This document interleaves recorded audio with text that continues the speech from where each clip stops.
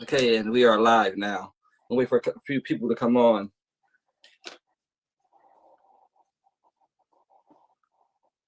Okay. Good evening, everybody. We are here to discuss the case of the Milbrook Twins, Danette and Jeanette Milbrook.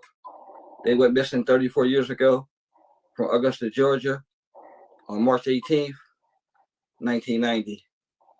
Their disappearance has been a mystery that has stood for 34 years.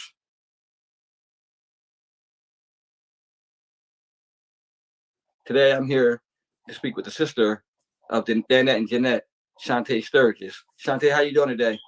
I'm doing good. How are you? Good.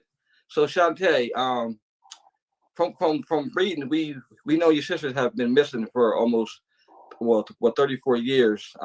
What actually happened and the day that they went missing? They went missing on March 18th, 1990. How did that day start off for you and your family, and how did we get to where we are now? Okay, so that morning we went to church. Okay. And we was at church that day.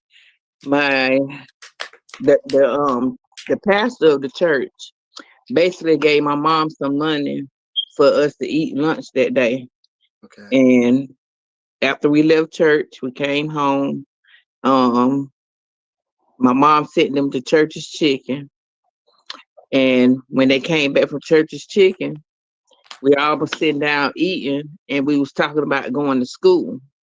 So the school that they originally would have been going to would have been Joseph High School. Okay. But because we hadn't been too long moved to the area that we were staying at, they were still going to an out of zone school, which was Lucy Lane High School. This Lady High School was the high school the girls were going to, right? Yes. Okay. So basically my mom didn't have any money, of course, for us to eat lunch for that day. Nor did she have any money for them to be able to catch the school, well, not the school bus, but the city bus back and forth. So she told them to call my goddad. My goddad told them that he would give them some money, to catch the school bus. I mean, the city bus back and forth to school for that week. Okay. And they left the house, and basically they made it to his house. And after they left his house is where everything went left, because instead of them coming back home, they was going to different family members' houses, where they went to two different family members' houses to ask them to walk home with them. One of them was my cousin Juanita. The other one was my older sister, Ieshi. And so basically, um, they made it to Juanita's house. Her mom wouldn't let them go with them. So they left Juanita's house and went to my older sister's house. My older sister said when they came there, they asked her, and she said that she couldn't walk home with them, which that she hadn't been too long, had her oldest son at that time. So of course she then, wasn't up to walking with them. So it had to be probably like maybe 4:30ish, almost 5 o'clock. I know it was getting late, basically. And they left the house around maybe 2 or almost 2. Okay. So in between that time, I guess my mom started getting worried that they hadn't made it back home, because we don't walk that area before. So I guess she knew, the time frame, how long it would have took for them to get back home. So she started calling around to other people, like my sister and my goddad, asked him, did they make it to his house? And he told her, yeah. And then when she called my older sister, this is how we knew to go to the pump and shop store, because my sister said, yes, they came over here, Mom, and they left my house walking like they was going towards the pump and shop. So by us already living by the pump and shop years ago, years prior to us moving to where we live, we already knew some of the attendants that work in the store. So the attendant, basically by the time we walked down there, she told my mom that they did come in the store, that what they brought, she said they didn't seem like they was worried about anything.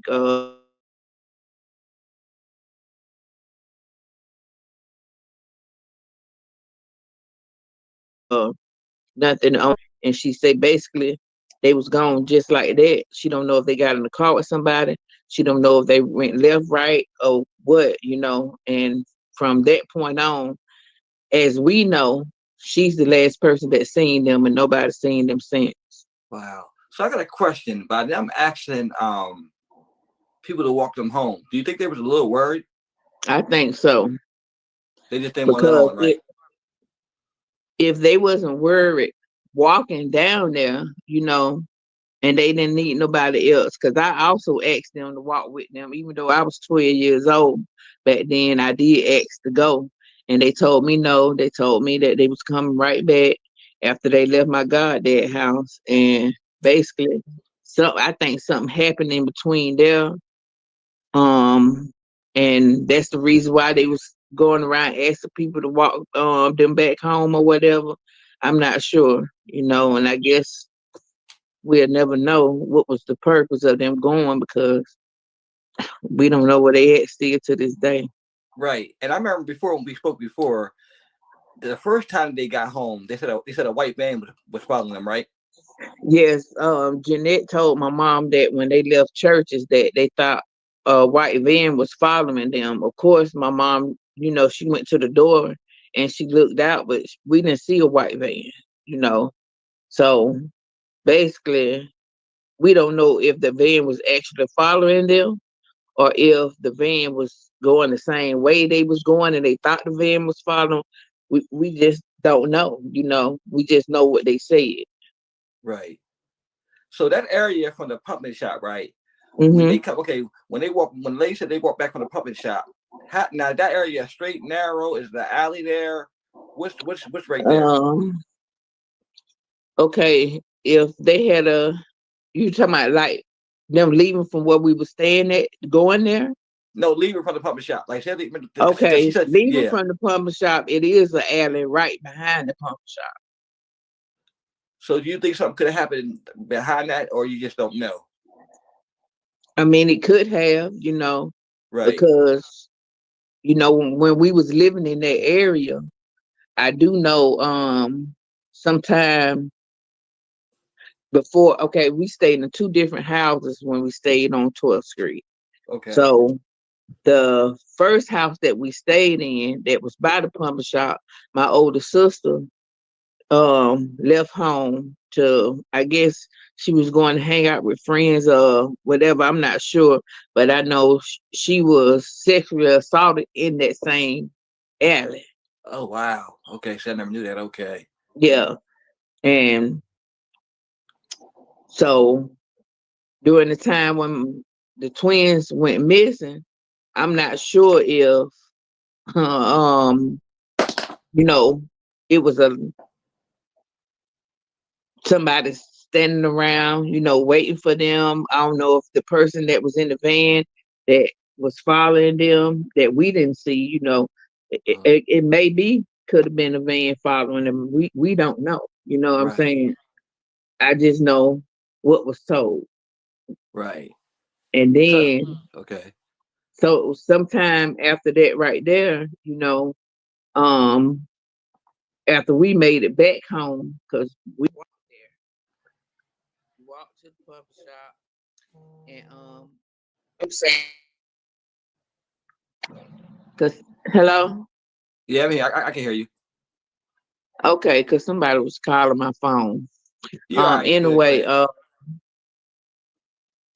I know when we made it to the store and after talking to the attendant, we walked back. As we was walking, I'm sorry. Why does they keep calling my phone and I'm doing something? I'm sorry. It's okay. It happens. It happens. It happens. Oh my goodness. Anyway, I'm not sure what transpired when they went there. When we went, back home, as we was going home, we looked in, like empty houses, like different, like open space, like with whole bunch of trees and stuff like that. Mm-hmm. She was basically, we was just looking, not knowing Looking if we was everywhere. gonna, yeah, find anything or whatever. So once we made it back home, she called the police because by then it was dark then, and they still hadn't came home. And when she called the police, they basically told her that she had to wait 24 hours before she reported them missing. 24 hours. That's insane to tell anybody that, here you have two 15-year-olds, that are not known but they're known just for going to school and coming home. But to say, I Mhm. mean, any kid, period, 24 hours, Yep. 24 hours is one of the most crucial hour. Like that's the most crucial hour period around that time. 24, a lot can happen in 24 hours. So that's crazy. So after they say wait 24 hours, then how did it go after that? Okay, so after the 24 hours was up, the Mm-hmm. next morning, she calls them again. This time they sent someone out. Okay. The cop that came out, she gave them all the correct information, but for some miraculous reason, he wrote the information down wrong. He wrote their birthday down wrong. He wrote the spelling of their names down wrong. He wrote the name of the street that my goddad stayed on. He got that mixed up with it's a Florence and a Forest Street. My goddad stayed on Forest Street. He wrote down Florence Street. Mm. So um after he took all the information or whatever, he ends up giving it, I guess he ended up giving it to the investigator, but the investigator didn't come out until that next week. So the next day, which would have been the March the 19th, the regular police officer came out. Okay. The week after that is when the investigator came out. Okay, the investigator that came out, his name was Jim Ship. He tells my mom that he was gonna go look for the girls or whatever. He still put the information in wrong. They still had the information wrong. Their birthdays, spelling of their names. Um, what else? Yeah, basically that was it. And then after that date, we didn't hear from him again until maybe a month or so. A month. Wow. Okay, so after that month was up, I guess he called himself still looking for them or whatever, but you still didn't go to the people houses who you supposed to be. You didn't talk to the people that you should have been talking to. Basically, he didn't talk to my older sister, which they seen them the day they went missing. He Right. didn't talk to my cousin. He didn't talk to the attendant at the store. Basically, he didn't talk to nobody but my goddad. They did talk to him. Mm-hmm. That's how we know that they really did make it to his house. After that, right there, um, a whole year had them passed, and he probably came to my mom's house like the end of 90. And I guess to check to see had they came home or whatever, because they still hadn't came home. But by the time April the 8th of 1991 comes, he basically came and knocked on my mom's door and told her that had he found them, that he could make them come back home because they had turned 17 years old. He also says that they had been found and he couldn't make them come back home. So it was two different things.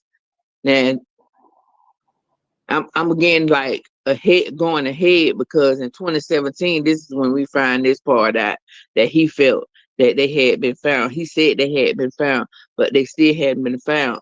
And we know they hadn't been found. But if he said they had been found, You didn't get her address. You didn't tell her where. You didn't tell her who they were with. You ain't tell her none of that. But you're telling everybody else, like all the people who we're trying to contact to get to help us find them. You're telling them that they had been found, but in actuality they hadn't. So he So said they've been found and they were not found.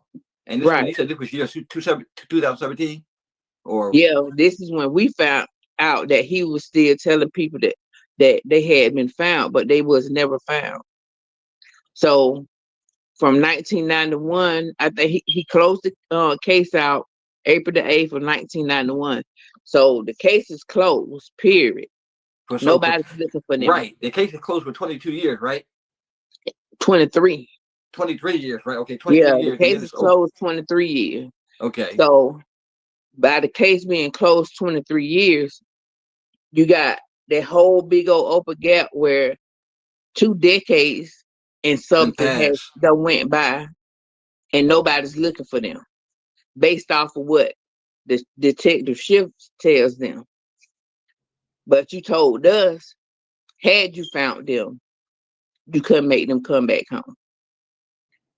1993, we found out that he calls the National Missing and Explored Children and tells them to take my sister and them out of the database.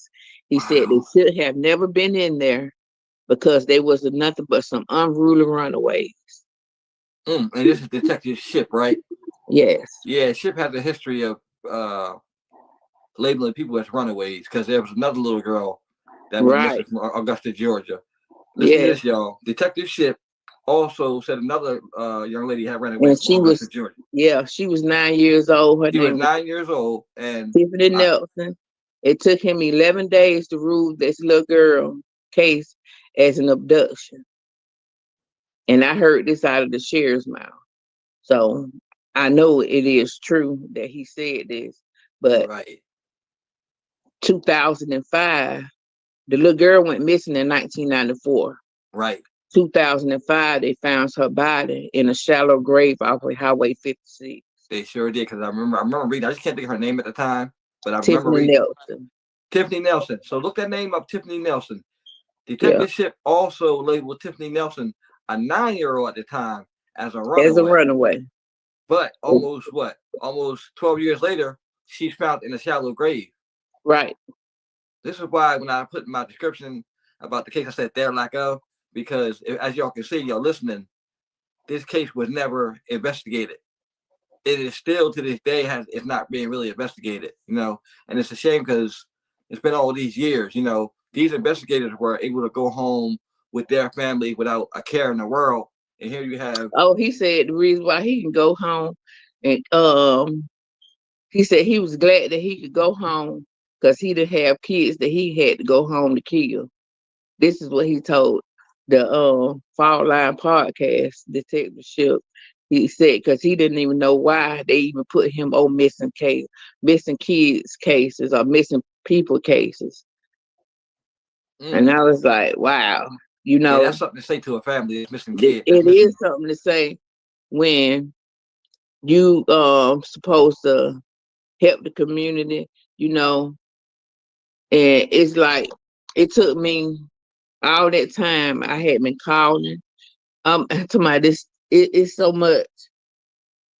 I done told this story so many times, you know, it's like a movie to me.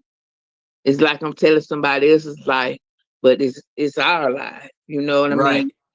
mean? And it's like it took y'all 23 years to open this case back up. This family still calling y'all all these years, and y'all still saying y'all can't help. The only reason why this case I think got opened back up is because the sheriff that was running at the time, he was wanting to get elected. Ah, okay. That's what I'm thinking. Now, who Because was the sheriff now at the time? his Richard Roundtree. That's the one the sheriff now, right? Yes, he's the sheriff now. Yeah, because At I He remember seeing wasn't the him. sheriff when they first went missing, but Okay. when they opened the case back up in 2013, he was just being elected as sheriff. And I thought, because the sheriff that was in the seat at the time when they first went missing was the Caucasian guy, I was like, well, maybe, that he's a black guy. Maybe he want to help more than, Right. This me thinking. I could be wrong, I don't know. But I was like, hey, let me try. I just happened to see him on the news and he was saying that he wanted to help the community, blah, blah, blah. I said, well, this is a good time right here for me to call. So I calls down there and sure enough, they end up calling me back. They didn't answer the first time. And Sheriff Rancher was the one that I talked to. I talked to the person that he was running against. And he's the one that called me back and said they was going to open the case back up because they didn't like how the case was closed. They closed the case off of hearsay. Basically, somebody said they seen them. He closed the case and left it as that. 1993, you call NCMEC, which is the National Mission and Explored Children, tell them to take them out of the database. So 20-something years goes by. Nobody. Like anything could have happened between March 18th and 2013. They opened the case back up in September, I believe. Anything could have happened. Anything. They could have still been alive. We don't know. I mean, they could still be alive to this day. We just don't know what happened to them. You know what I mean?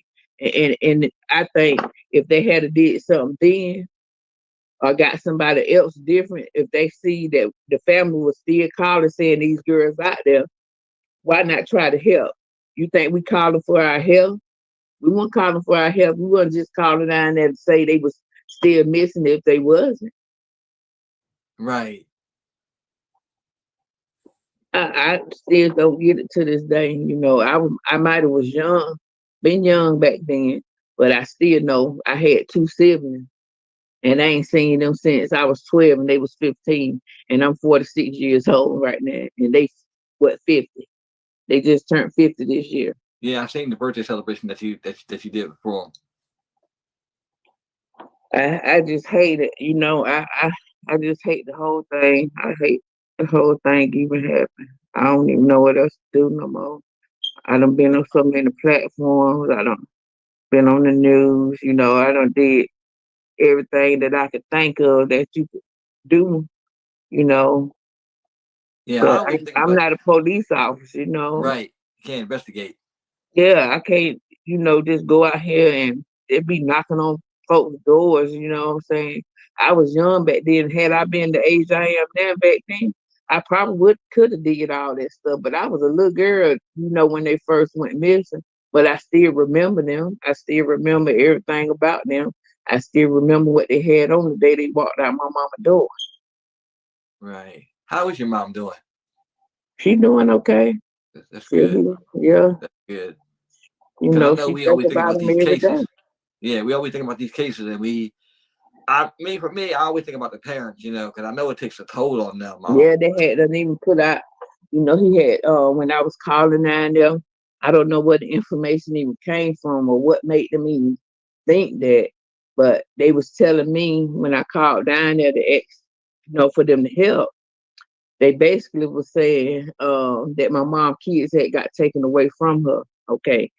Now, mind you, it was my older sister, it's the twins, then me, then my sister Jacqueline, then I got a sister named Jessica, a sister named Tiffany, and a sister named Cicely. It's 8 girls, 8 of us. Uh-huh. Why would they take 2 and leave the rest of them? Yes, because if they're gonna take them, they take them all. Yeah, that part didn't make sense to me, but that's what they told me. You need to be talking to your mom because your sister. That's what they said. Your sister them had been taken away from your mom. I said that didn't make no sense. I said, how can y'all take 2 and not take the rest? And I was like, somebody lying. He gonna tell me he appreciate me saying his officers was liars. Well, I they said, were. well, I don't appreciate you trying to say my mama alive. And I lived that. I know if they had if the defects had took my mom kids or not. They had me calling the adoption agency and everything, which I already knew, you know, but I just did it just on the screen just to get that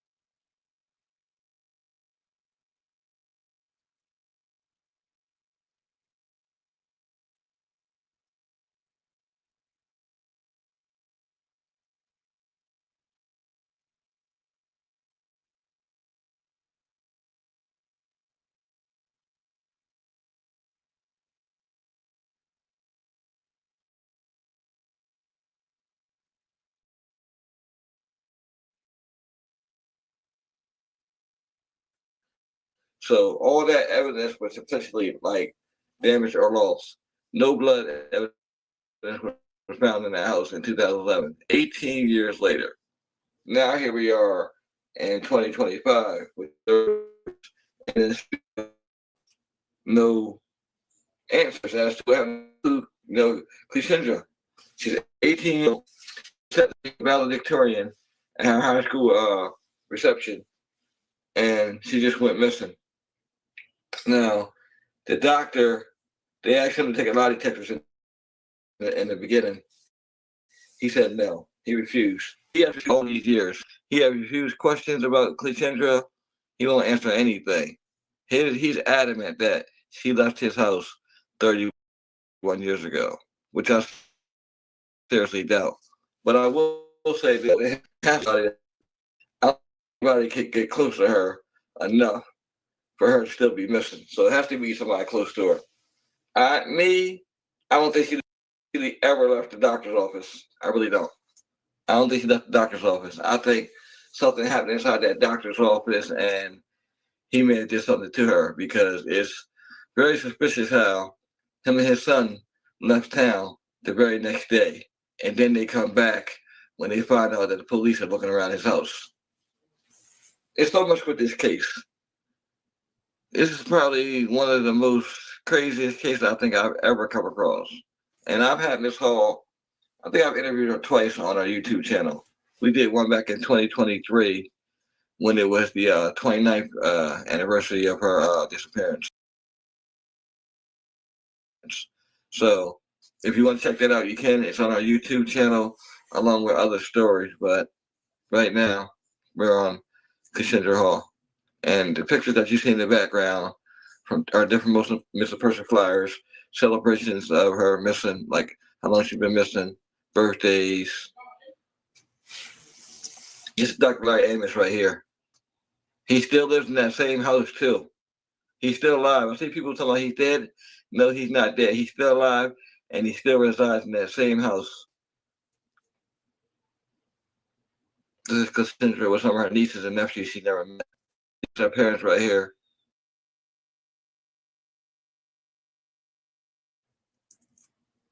Detectives, this is when they did the search warrant at Larry's house.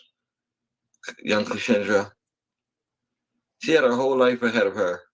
18 years old. I can't imagine being a parent missing their kids, this long and this long. 31 years. So I hope that her daughter's still alive. I commend Miss Hall for being so strong. So strong. She knows the endless possibilities of Cleashindra's case and how it could turn out, but she still somehow holds on to hope. And that right there too, like as a parent, because I would do the same. If it was my kid, I would go hard. I would be on the TV every day. You would never like not see me. You'll see me every day. So, but this case is something that I'll never forget. I'll never forget. Is there any questions? Man, yeah, that's true. Oh, of course the doctor knows, of course. Yes, the doctor definitely knows. Talk at all. And why he won't talk, I don't know. It's, just do a lie detector test. Just do a test. I know they're really unmissable in court, whatever, but the fact that he refused it and he didn't want to cooperate in the investigation, it just tells you a lot. And I also think that his wife may know some answers, but of course, with him under her 24/7, she's not gonna ever talk. So this may be one of them cases where we may never know. We may find out. We may not. Who knows? But I know somebody out there knows what happened to her. You don't just go missing without somebody knowing. Somebody knows what happened to you. Young and beautiful. This is his house right here. Now this house has been remodeled at least 6 or 7 times. Now think about this. That house has been remodeled 6 or 7 times, right? This is before the police got a chance to, even go in there and search the first couple of times. So he could have did he could have got rid of a lot of evidence over the years by doing this remodeling work. Somebody said they smelled like something was smelled like death years ago. I just don't understand. Like, I guess the law works in mysterious ways because you really have to have evidence on what people do, and I guess they had no evidence. I'm pretty sure, just like us, police probably suspect the doctor too, and they probably suspect other people too. But one thing they never have done is they never released the suspect list, which I think they should have, because we probably could have narrowed it down. Because what if all these years that we've been pointing at the doctor and it hasn't been a doctor? That's just me hypothetically. I'm not saying that I didn't do it because again, there's just been no evidence to support it.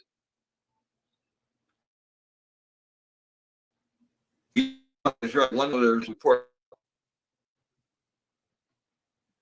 spent a lot with this disappearance. And I also still feel to this day that Cleashindra does not get any coverage on anywhere. And her face should be plastered everywhere. Back then, they labeled African Americans runaways. And the messed up thing about it is they told her mother that she had to wait for 24 hours to report her missing. Listen, that's not true anywhere. There is no law that says you have to wait 24 hours. That's just something that was made up. You are allowed to report a person missing ASAP. There's no law. So I don't know why people have believed that myth that there's a 24-hour rule, which is not. The YouTube name is Missing Black People the Forgotten. Yeah, I agree, Arctic. They did. I don't think they ever, and the thing is, they never cleared the doctor. But I also don't think they ever cleared other suspects either, because she also had a friend that took a lie detector's test too, and his test was inadmissible. So it wasn't like a clear cut. Oh, here we go. She's here. Here we are. Here we.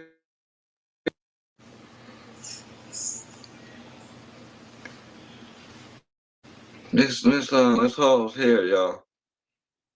Let me get her in here. I think I see her in here. Hold on. Oh, she's in here. Hold on. Let me see if I can add her.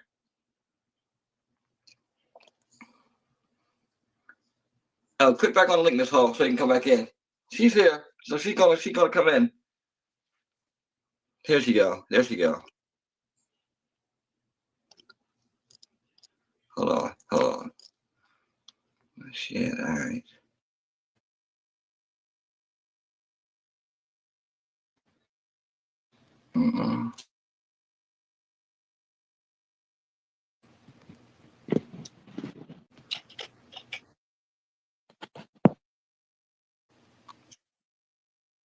Hey, how you doing? Fine. How are you? Hello? Hi, can you hear me? Hold on, let's get it together. I see you. I think the connection is a little bit slow. That's possible. Okay. How you doing, Miss Hall? I'm doing fine. I'm sorry. Sorry I'm tardy, but I've been sitting here in backstage for about 10 minutes. Okay, I'm sorry about that. Yeah, I was trying to bring you on. I started talking about a little bit of the case before you came on. So now that you're alive, everybody, this is Miss Laurel Hall Williams. This is the mother of Cleashindra Hall. Today is Cleashindra's 49th birthday.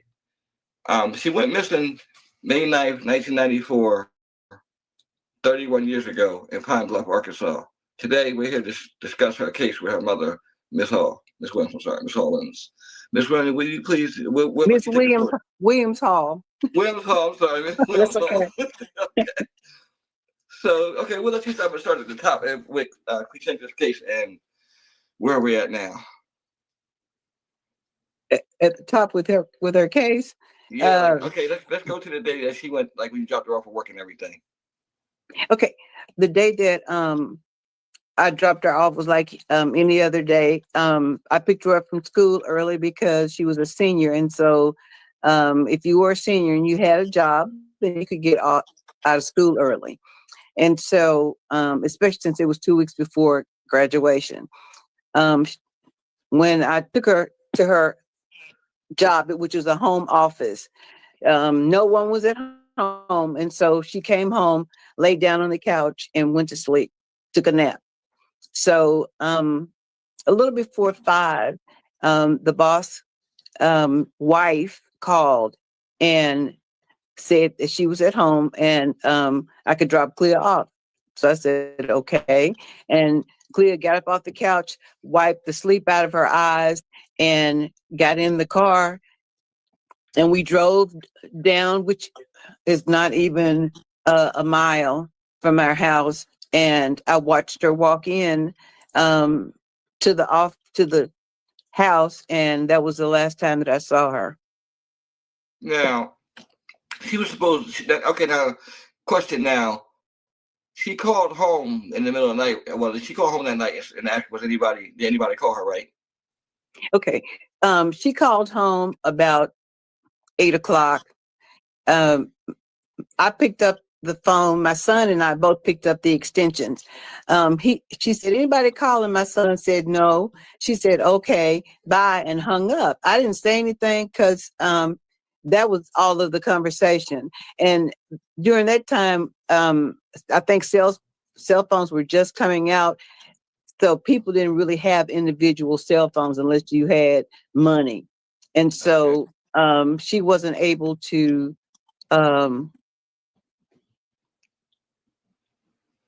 we didn't have cell phones and stuff like that. So we only had the landlines, and that was the end of the conversation. And that wasn't unusual for her to call home and ask if somebody had called her. Okay. And then you were expecting a call back from her, right? For you to pick her up, right? One of us usually picked her up. Okay. And at the time when she called, I was laying on the bed reading. And so I expected her to call me. And when my husband came in, I guess it was about 12:45, and he came in and asked if Clea was still at work, and so I'm half asleep. So I hopped up and I go to the room looking, and I said, I guess so, because it was definitely unusual for her to be working at that time. She had stayed there till 10, but at 12:45 would have been that would have been a no, especially it was on a school night. So I didn't even know the doctor's number. So I got on and looked in the phone book and found the number for the home office, and he answered the phone on the first ring. And I said, is Clea still there? And he's like, no, she left. And I'm like, well, how did she leave? Who did she leave with? And he said, her ride picked her up. She left about 8:30.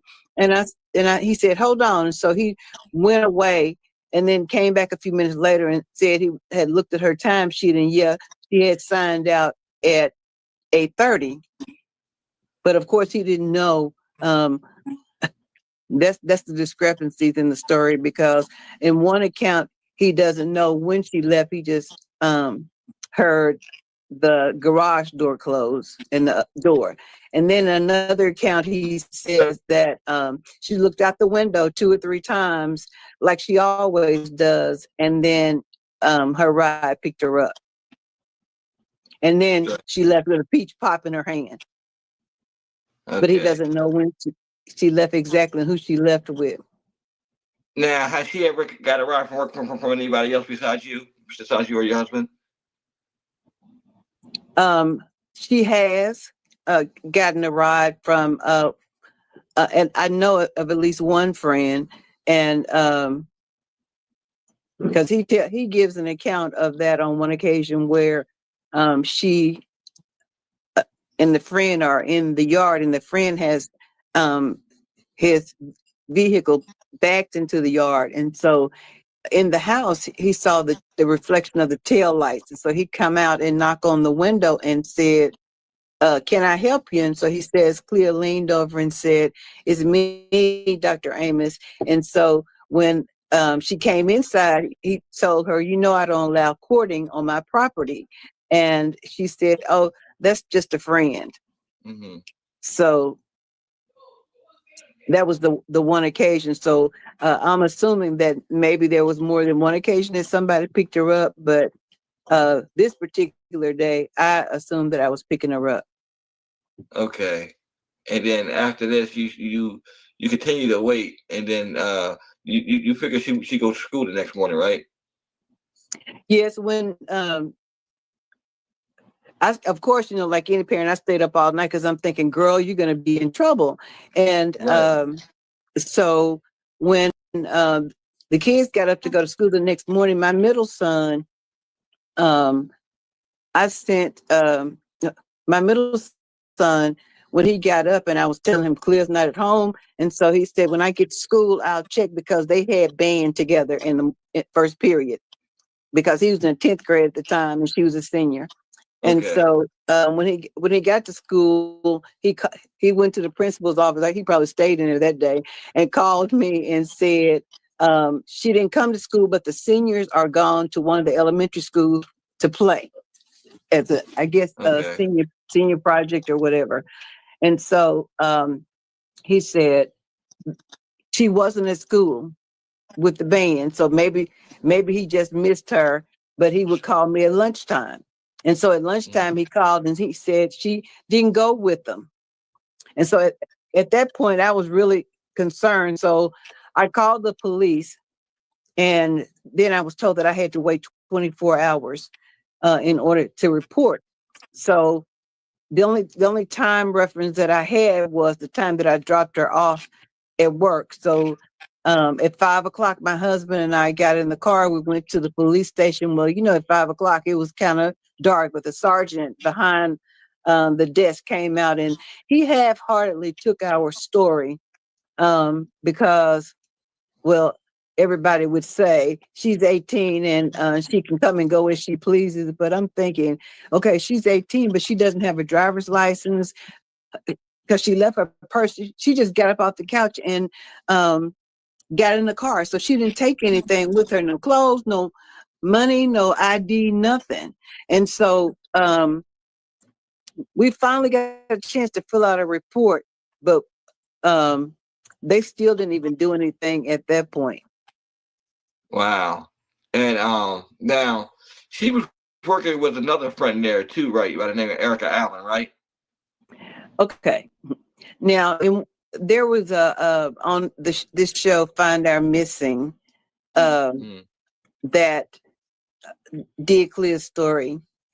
And in that, they interviewed Erica, and Erica said that she was working with Clear, and she offered to give Clear a ride when she got ready to leave. But that's not true, because when Clear got the job, Erica and her sister were working for him, and Clear, they helped her get the job because Clear was replacing them. And so I'm not exactly sure why she said that she was there working that night with Clear, because she wasn't. Clear had almost worked for him a year, and he was cheap, and there's no way that he would have paid for her and Clear to be working at the same time. Yeah, because I thought that was strange when I seen that in a couple of podcasts, and I seen it recently in a Black Girl Gone podcast where it says the friend said she offered her a ride, and I thought that was strange too, that she said that she offered her a ride, and Clea would say no if she left 5 minutes after her, because the account is that she left at 8:25 p.m. and Clea left at 8:30 p.m. Right, and no, there was nobody working there that particular day except for Clea, although there was an older lady that and I can't remember her name right this second, that worked kind of part-time as well. So he had, like, I want to say 2 part-time workers to equal a whole. Okay. Cheap. Okay, cheap. Yeah, like you said, he's cheap. Okay, so from there, where did the investigation go after, like, she's missing for a couple of days? Well, actually, when she was missing for a couple of days, I contacted the news station, because this is not right to me. And Right. you know, and they're telling me she's 18. I'm like, okay, can we get the search dogs? And our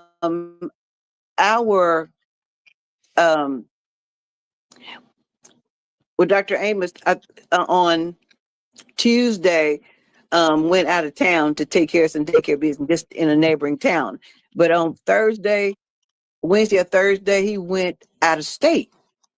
Okay. Supposedly to purchase some furniture for a tanning salon that he was trying to open. And I'm thinking, well, you know, you could have wired that money. Why would you? He said they were going out of business and he needed to go and pay for the furniture, which didn't make sense to me. But the police seemed to be satisfied with that because they didn't even go over to his house to look they went over to the house to look in the office where she worked on that Friday. Yeah, on that Friday. And because he was gone and the wife let them in. And he the detective went to the phone, hit the redial button, and whoever answered the phone, he said, "What residence is this?" And they said Smith. Well, even back then, you didn't just talk to anybody on the phone. And you know, why would it's not like he had caller ID or well, we didn't even have caller ID back then. Right. So it's not like he could see the other person on the end. So why would they tell him who they were? Although it turned out to be somebody that Dr. Amos knew, but they had given a false name. And why is that you think they gave a false name? They just was doing it, or?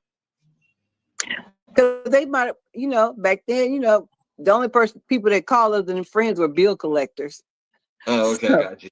Right, I got you. they might have thought it was the bill collector or somebody because it was somebody they didn't know. Okay. Or they didn't recognize the voice. And I'm not even sure if he identified himself, but and he may possibly have, but they didn't give their correct name. And then after then they left. And that was as far as their search went. The office. That's it, the office. Mm-hmm. And he also, from what I understand, he refused a polygraph test too, right?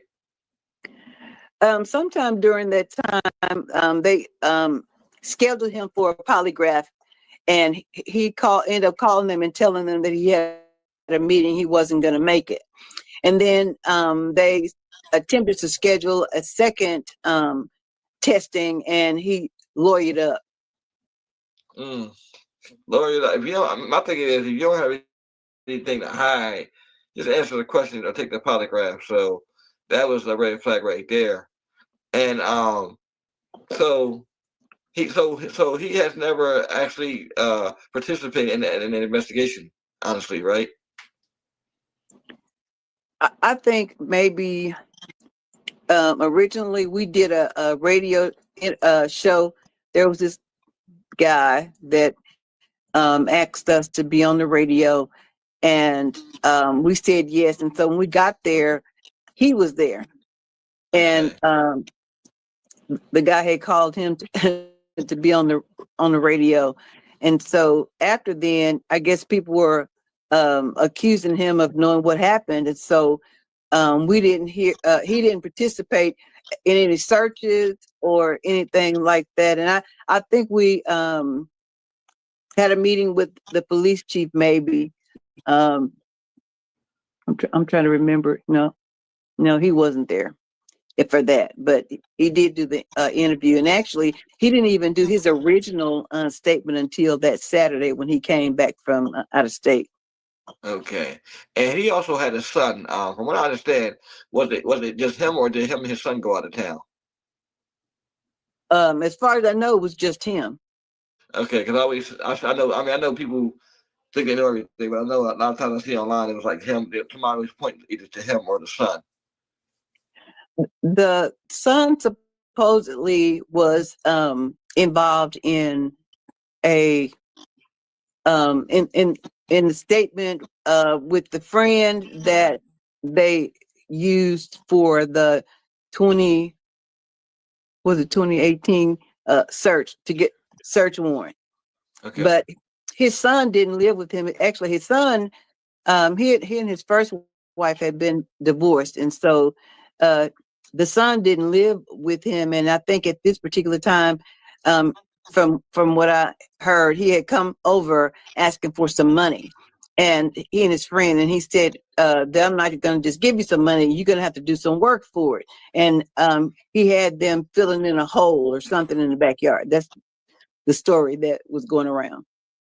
Yeah, because you always see a lot of stuff on social media where people, people post and say things, and it's like, you never know. But so as the investigation continued to go, the case ended up going cold, right?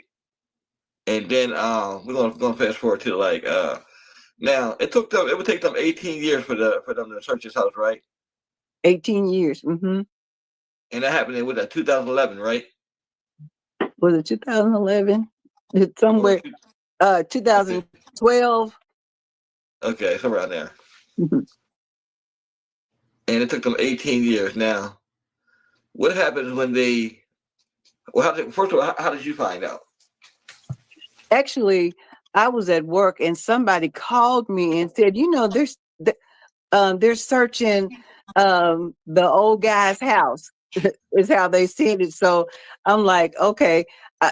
I told them at work I gotta go because they're doing a search. So I left work and went down to the resident, and there were police cars, and we couldn't even stand. Actually, we stood back. I want to say the house is like in the middle of the block, so we stood on the corner of maybe about 20 or 30 feet away from where they were, because one, we didn't want to get in the way, and so we stood in that section. And then, of course, when the words start getting around, it's amazing how the word about them doing a search got around, but the word about her missing and can somebody come forward with any information seems to be eluding people. And so we stayed out there that whole day with them searching the property with the cadaver dogs finally. And the GSR, I think is what it's called, the ground searching device, whatever it is. Yeah, I like to talk about. I know like what you talk about. Okay, and the evidence now, they brought evidence out, right? They brought out 5 bags of what appeared to be evidence, and when they got ready to bring the bags out, they asked us to step back. We had to move way back, farther back, and they moved the crowd back, and so they brought out 5 bags of evidence that we learned that didn't make it to the crime scene van, but it made it into the back of a detective's car. And it sat there in his car, parked outside the house all weekend, right? Something happened, I think, with his wife, and so he put the stuff in his car. And so when everything was over, he drove his car home, parked it in the garage, and took off his service pistol. He later describes, and put it in the trunk, and went in the house. And so the car just stayed in the garage all weekend. Nothing else was thought about as far as the evidence. The crime scene person didn't call him to say, "What you do with my evidence?"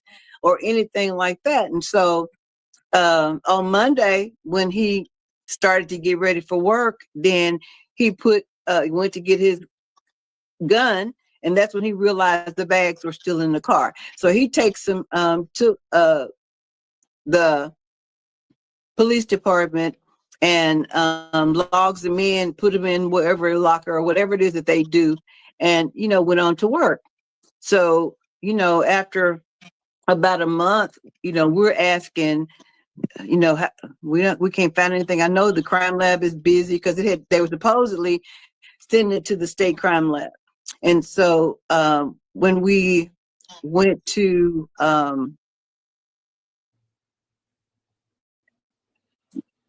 we started going to the city council meetings, asking the city council, who at the time was the boss of the police department, asking them to put some pressure on the police. I don't know what we wanted them to do, something. And one of the reporters for Channel 4 had just happened to be at one of the meetings where we were addressing the city council. And so when the meeting was over, I asked the chief at the time, it was Brenda Davis, have they gotten any response from the evidence or what? And so she said, well, we hadn't got anything. And we have a standing appointment with the crime lab every Wednesday for them to contact us with information, and they don't have anything. And so the reporter just happened to call the crime lab, and this was like 40 days. So he happened to call the crime lab asking if they had gotten any thing from the evidence that was submitted, and they said they didn't have anything. And so so they called Pine Bluff trying to figure out what was going on, and the stuff was still at the police station, the bags. Wow. So the evidence basically just sat 40 more days and it's basically forgotten about. Mm-hmm. Crazy. That's basically what it is.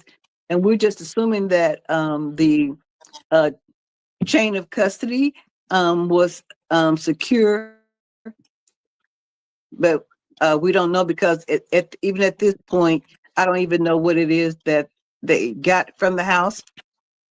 I was concerned, but I wasn't concerned in that I wanted whatever they found, if that was going to be helpful to help them finding clear. I didn't want to do anything to jeopardize the case. And I think that's part of the problem, because we didn't know anything about the police. We didn't have any dealings with the police, maybe a couple of speeding tickets, maybe. But other than that, we didn't have any knowledge firsthand of the police other than what we've seen on television. Okay, so I mean, so over the years, have the case been updated? I mean, have they ever released any suspect other than like Dr. Amos? Have they ever said he's like a suspect or no? They said he was a person of interest. Now, is he the only person of interest, or they won't release that? There was one other friend that I think that they questioned at that time, and the difference in him and that friend is that the friend took the polygraph, and but he knew more about, I guess he knew more about how to avoid the police than the friend did. Although he eventually did say they needed to talk to his attorney after they had questioned him a couple of times. I just still don't understand why you need to talk to the attorney if you have nothing to hide. I never understood that. I'm just thinking. Well, in our climate, you can only say so much, and then you're the suspect, even if you're trying to be the one to cooperate. So eventually, they could have, and I'm not saying that he's innocent, but they could have eventually circumstantially made him the person. Right. Just to take the public pressure off of them. Yeah, because I always sit back and I think about this case, and I said it before you came on live. I said I think that it has to be somebody close to her, in order for her to go missing. I don't think that it was somebody that didn't know her. I think it's definitely somebody that she knew and somebody she trusted. That's what the police said, because the fact that somebody gave her a ride, and we when they were younger, they had those people missing in Atlanta. And so my husband and I were, according to Dr. Amos and probably some of friends. We were strict, and so there was not a lot of things that they did that we didn't know about. I'm not saying that they didn't do things that we didn't know, but there wasn't a lot of things that we didn't know about, or that we didn't all participate. Right, I understand. I totally that totally makes sense. And so I don't know. So they're saying that it had to be somebody had that she knew had to give her a ride, but they couldn't find anybody that said they had given her a ride. The neighbors didn't see anybody that day, they said. And you know, I've played the scenario over and over in my head, and the first few months at 5 p.m. I would go past the house just to see how dark it was. And it was the beginning of well, I guess it would be daylight saving time because it was May 9th. And so at 5:30 or 8:30, I'm sorry, 8:30, it wasn't dark. It's too dark that you couldn't see cars. Okay, I got you. And so none of the neighbors said they saw a car. Well, then 9 times out of 10, it probably was never a car. Well, it's like, again, you know, the things that are just circumstantial, like he had this car. It was a burgundy town car. And he used to park that car on the outside of the garage so that his wife's car could be parked on the inside. But when Cleo disappeared, he started parking that car on the inside of the garage. And eventually, he got rid of that car. I'm not exactly sure what happened to it. Maybe the police know. They just didn't. And I guess during that time, there was some missing persons report, but there were none other than Clea that weren't accounted for. Okay. So now we're approaching 31 years next month. Has there been any updates in her case at all? If there has, I'm not aware of it. You know, we've had, let me see, this is 2025. I want to say we've had like 18 or 19 police chiefs since she disappeared. Wow, that's a lot. And so we would have to go through this same thing every time a new chief came, or sometimes there was one or two that were reappointed. And so I think with the last, I did visit with the last police chief who just got fired last week. Oh wow. So so has another question out there in Arkansas? Has her case been out there? Has it been probably been on the news a lot? Have you had people been talking about it? What could you say? How has her coverage been? You know, we've had some local coverage, and you know, when something like if something comes up, and you know, I contact the newspaper or the television station, and then yes, you know, they cover it.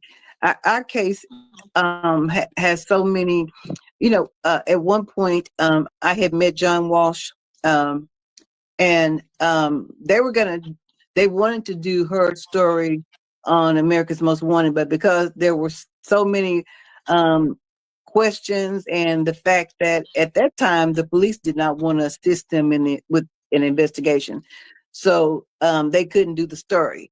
Although after I met John, like at the end of America's Most Wanted, they would like sort of profile some people's picture at the end, and so he was able to do her picture in that manner. But our case has not really gone past Arkansas.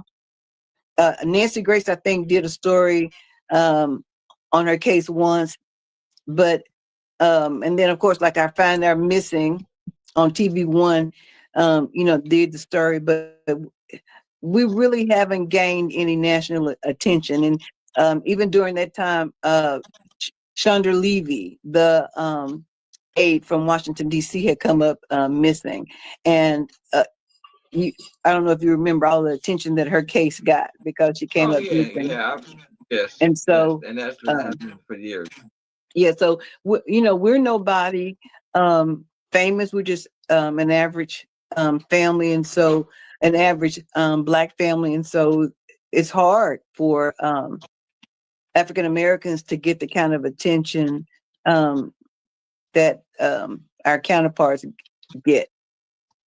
That's so true, and that's the reason why I made this page, Missing Black People, because that happened so long, and my main focus is to put the focus on their cases, because I come across different cases, 35 years missing, 31 years missing, 41, and it's sad because a lot of these cases, some people are just hearing about the first time, you know, or a lot of times they see them on TV, or they see them on message boards, but to actually be involved in talking to you and like knowing the story, it's upsetting me for so long. So I just had to do something, and that was my way of giving back to all our missing, put the focus on their cases.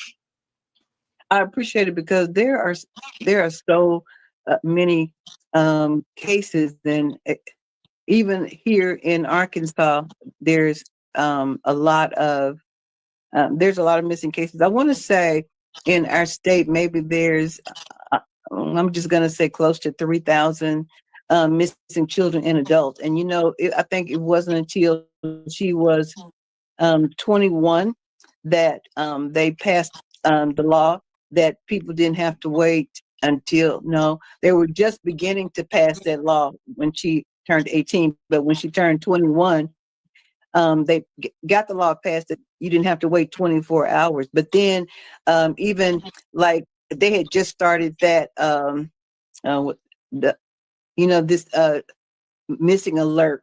And so I tried to get them to do that, our police, and they said no, because people would become numb to it. And then, so it was just like everything that I would ask, they couldn't or wouldn't do. And they just told me, the captain of the detective at the time just told me I watched too much television, and things don't happen like you see on television. Well, he wouldn't say that if it was his daughter missing. These people, we gotta think these people have slept comfortably for the last 31 years. It's your daughter who's been missing, so they can't say you watch too much TV. That kind of appalls me when people make those type of statements. Well, we don't have anything to reference to. All we have is the television shows, NCIS, right, and stuff like that. So what we're seeing, they're solving the case in an hour. So why can't you solve almost 31 years, and you can't even tell me who she left with? I mean, what kind of timeline have y'all put together? Because again, she didn't have a cell phone, she didn't have a car, no ID or anything like that. So somewhere you ought to be able to trace her steps. She didn't just vanish. No, she did, and I think at this point, though, I don't think they can probably solve it. They probably would take cold case detectives to get on this case, or like you said, you're not famous. Somebody famous would have to look at the case, and that's possible. That's always possible because you never know who's watching these lives, who's looking. I see a lot of people in the comments now tagging different places to see if they'll cover this, which would be good because all publicity is good when it comes to these missing persons cases. It is, because there are some cases that don't get any, maybe it's a blip on the news, and that's about it. That's true. And that's it. That's true. That's it. Because a lot of my cases, some people see for the first time. A couple people that just entered this chat just said this is the first time that they've seen it, and they're going to cover it. So that's good too. That they're going to cover the case. But yeah, I think it's very unfortunate when somebody's missing so long, and then you just find out that the 31st year that they're missing. So that's I'd like, and I watch Good Morning America every morning, and I've seen them do stories on dogs, the pet of the day, or whatever it is, and I'd like to see those kind of shows do a missing segment every day. This person is missing. They've been missing for whatever number of years. Does anybody have any information? They're searching or whatever.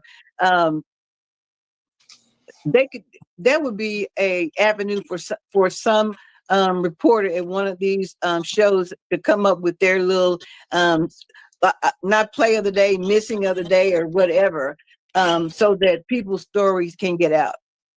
That's my goal, to get to that point where I can do those segments every day. I want to go beyond that. Because the real celebrities in this is the missing people, the people whose cases have gone so long without being solved. Like you said, they can't even tell you who she got in the car with or where she went or anything. They really can't tell you anything. Oh, what kind of car? Yeah, what kind of car, right? If that were the case, what kind of car? Right. And then so long to do all these searches. 18 years is a long time. Yeah, 18 years is a long time. And I think when they did the search, he kind of laughed and said, y'all should have did this 18 years ago, and just kind of laughed at one of the detectives. So, and then the fact that he didn't like participate in any searches, paid people to take down our flyers. We would put up pink bows. He would take them down or pay people to take them down. It's just those kind of things. Now, for me, that would be circumstantial evidence enough for them to arrest me and hold me for whatever the amount of time they can hold somebody. But with him, they couldn't or wouldn't do that. And so, like right now, at 31 years, you can't just arrest anybody circumstantially on evidence. You have to have concrete evidence at this point. I know. I see that in a lot of these missing person cases where even the last person that's seen with them, nope, they got to have evidence that they actually did something to them. I'll just be like, wow. Because in a lot of these cases, that's usually what happened. The last person that's seen that person, usually 9 times out of 10, that did something to them. They say that only happens on television. That's the story that they. Yeah, okay. That's the story that they gave me. That only happens on television, Miss Hall. Okay, so. Yeah, okay. So they say so. I know 3 cases of it happening in real life, so they can't tell me otherwise. But it's funny because these television shows get the ideas. Although I know some of the writers are creative, but they get these shows from I don't know, cases that they've seen or somewhere these ideas come up for some of these cases. And I don't think that they're all made up the way the police tried to lead me to believe. But again, we didn't know anything. We live in our population was about 53,000 at the time, and I think we're just under 50 now. So we're not a large town. We don't have a DA or anything like that. So we have to depend on our police department.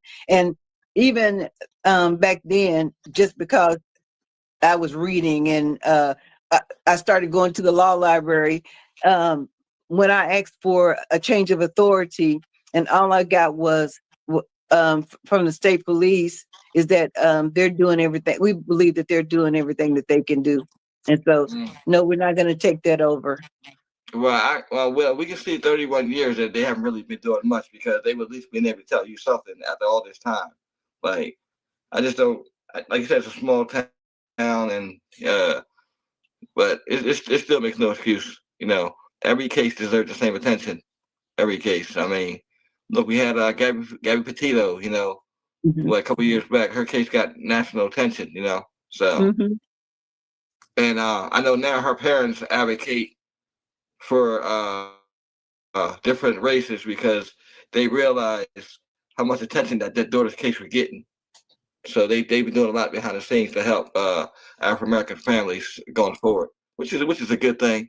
I don't think it's too late, but I know a lot of cases could have benefited from it back then. Oh, just recently, the girl that went on spring break, she got a lot of attention with her story. And so I just feel like, of course, but that's me, because I'm personally affected that everybody's story should get the same amount of attention. But they should. Of course, at 30, 31 years, Yeah, it's okay. and all we have is the local police, then we're not gonna get the same amount of attention because Of course. it's just a cold case that doesn't have enough evidence to even do a Lifetime movie. It has plenty of evidence to of a Lifetime movie. So I do have a question. Somebody asked. They asked, how have you been able to survive all these years with this pain of your daughter missing? If it wasn't for the fact that I and my family have a strong belief in God, and the fact that He allows things to happen for whatever reason, that is the only thing that has, and the fact that if I give up or if I uh, have a nervous breakdown and end up in some mental institution, which at times I've felt like that, then who's going to continue to try to find my daughter? Right. Because And I always so, wanted. yeah, so I have to pray a lot. Pray that I've gotten a lot better. Pray that we don't go and blow up the man's house. And the only reason that we haven't is because what if there were evidence in there even at this point? What if she was even in there at this point? Because you remember those people in Cleveland a few years ago that had been in that house not 10 miles from home, that had been in this house, and this man walking from McDonald's heard somebody in the house. Yeah, Ariel Castro was the guy who kept them girls hostage, and he ended Right, up committing just not far suicide from because they their said house. not far from their house. He kidnapped one of his friends, best friends. Yeah, so I totally understand because that could happen because everybody would probably think that they were dead, and here it is. Like you said, the guy walking from McDonald's hears them screaming and frees them. So it could happen. It's so many different scenarios to what happened. But So so it's a lot, and I know people that have had a missing child in these 31 years. I've met different people, and so they haven't been able to function. And even way back when, one of my church members said to me, "You must know where she is because you're not upset enough." How upset do I need to be for you?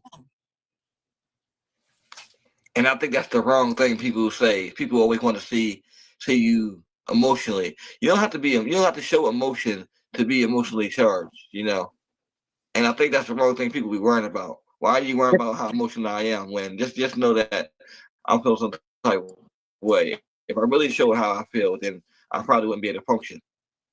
And they don't know that I might sleep 2 hours a night, or I might not even sleep at all. Like Right. last night, I didn't sleep. I didn't go to sleep at all. I took a nap. That's why I was late getting on here. So I laid down and took a nap, but I didn't go to sleep. But I didn't go to bed last night, and so Okay. they don't know. They just assume that when they look at me, that everything must be okay, and even the people around me just assume that everything is okay because uh, we're able to function, and through the grace of God we're able to function. Okay. So I want to ask you. I mean, is there anything else that you would like to add? Other than the fact that somebody knows what happened to Clea. I don't know where they are. I'm not sure where that information lies. I don't know if they can start back from the beginning at this point, which was the last place that she was seen. But I just can't believe in my mind that this is all.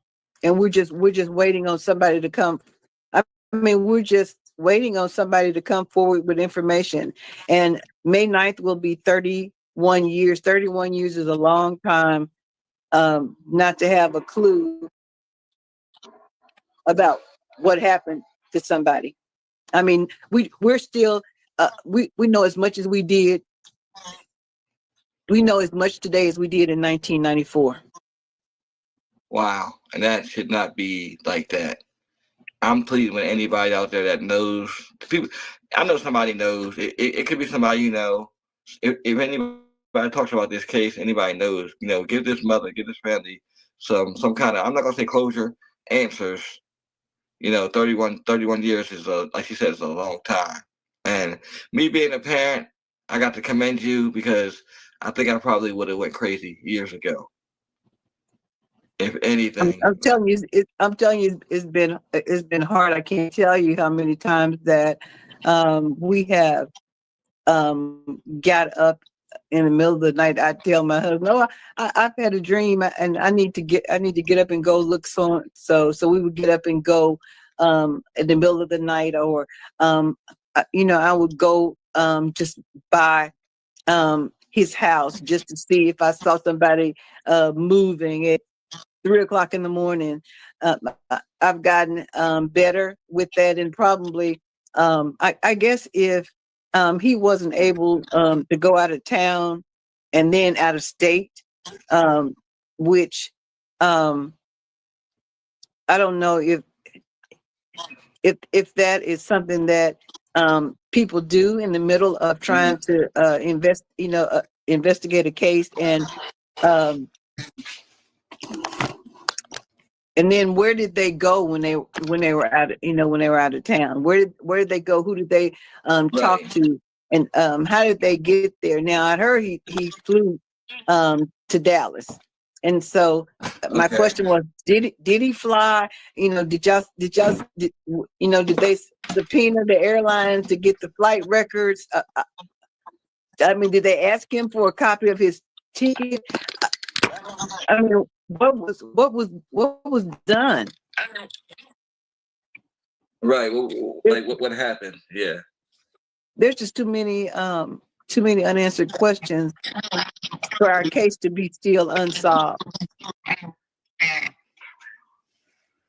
Yeah, it has. It is a lot. Definitely is. It is a lot. It is a lot for this case to be solved. But I don't think it's not unsolvable. You know, I think, like you said, I think somebody knows what happened. Somebody knows what happened. And again, somebody knows, because if you don't have a car, you don't have a phone, you don't have any money, you don't have any ID, how can you get from point A to point B? And even like we've tried to even think of all the possibilities. So okay, what if a friend picked her up? Okay, where is that friend? And how come nobody has said anything all this time?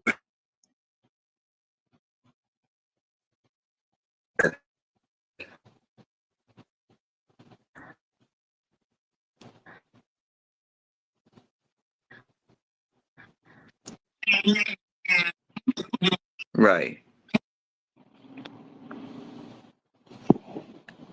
So anyway, I'm just praying that somebody will, even at this point, somebody will come forward, and on May 9th, I won't have to do a Facebook or YouTube live, because we would have found out what happened. Now, if we find out what happened, I will be telling everybody. And I've said that over the years, that no matter what the circumstance around her disappearance, even if it had been just a friend picked her up, and then she didn't want to come home, I would tell that. Right. Because I think the people that have been concerned have the right to know, just like we do, because some of them have become part of our family. So they need to know. Yeah, that's true. They definitely need to know. If people would start sharing, we've never had a story to go viral, and that is something that I would like to. That is something I would like to see done. Maybe if people shared and their friends shared, then maybe Tyler Perry can pick it up and do a story. Yeah, and it's actually her video has gone viral. The video that we just did. Okay. Or the video the other day. I've been sharing Yeah, it. that video has gotten 62,000 views, and Oh, cool. We our town is semi-rural, and so 62,000. I was happy for that. so we'll have to do another share, because it was a good video. I appreciate you doing it, and yeah, we'll have to do another round of sharing of that video, and I'm gonna start sharing it with Ash like. Mysteries.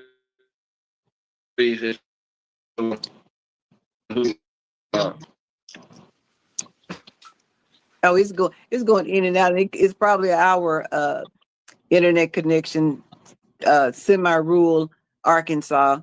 It's probably our connection. Oh, okay. Well, I have enjoyed having you being on here.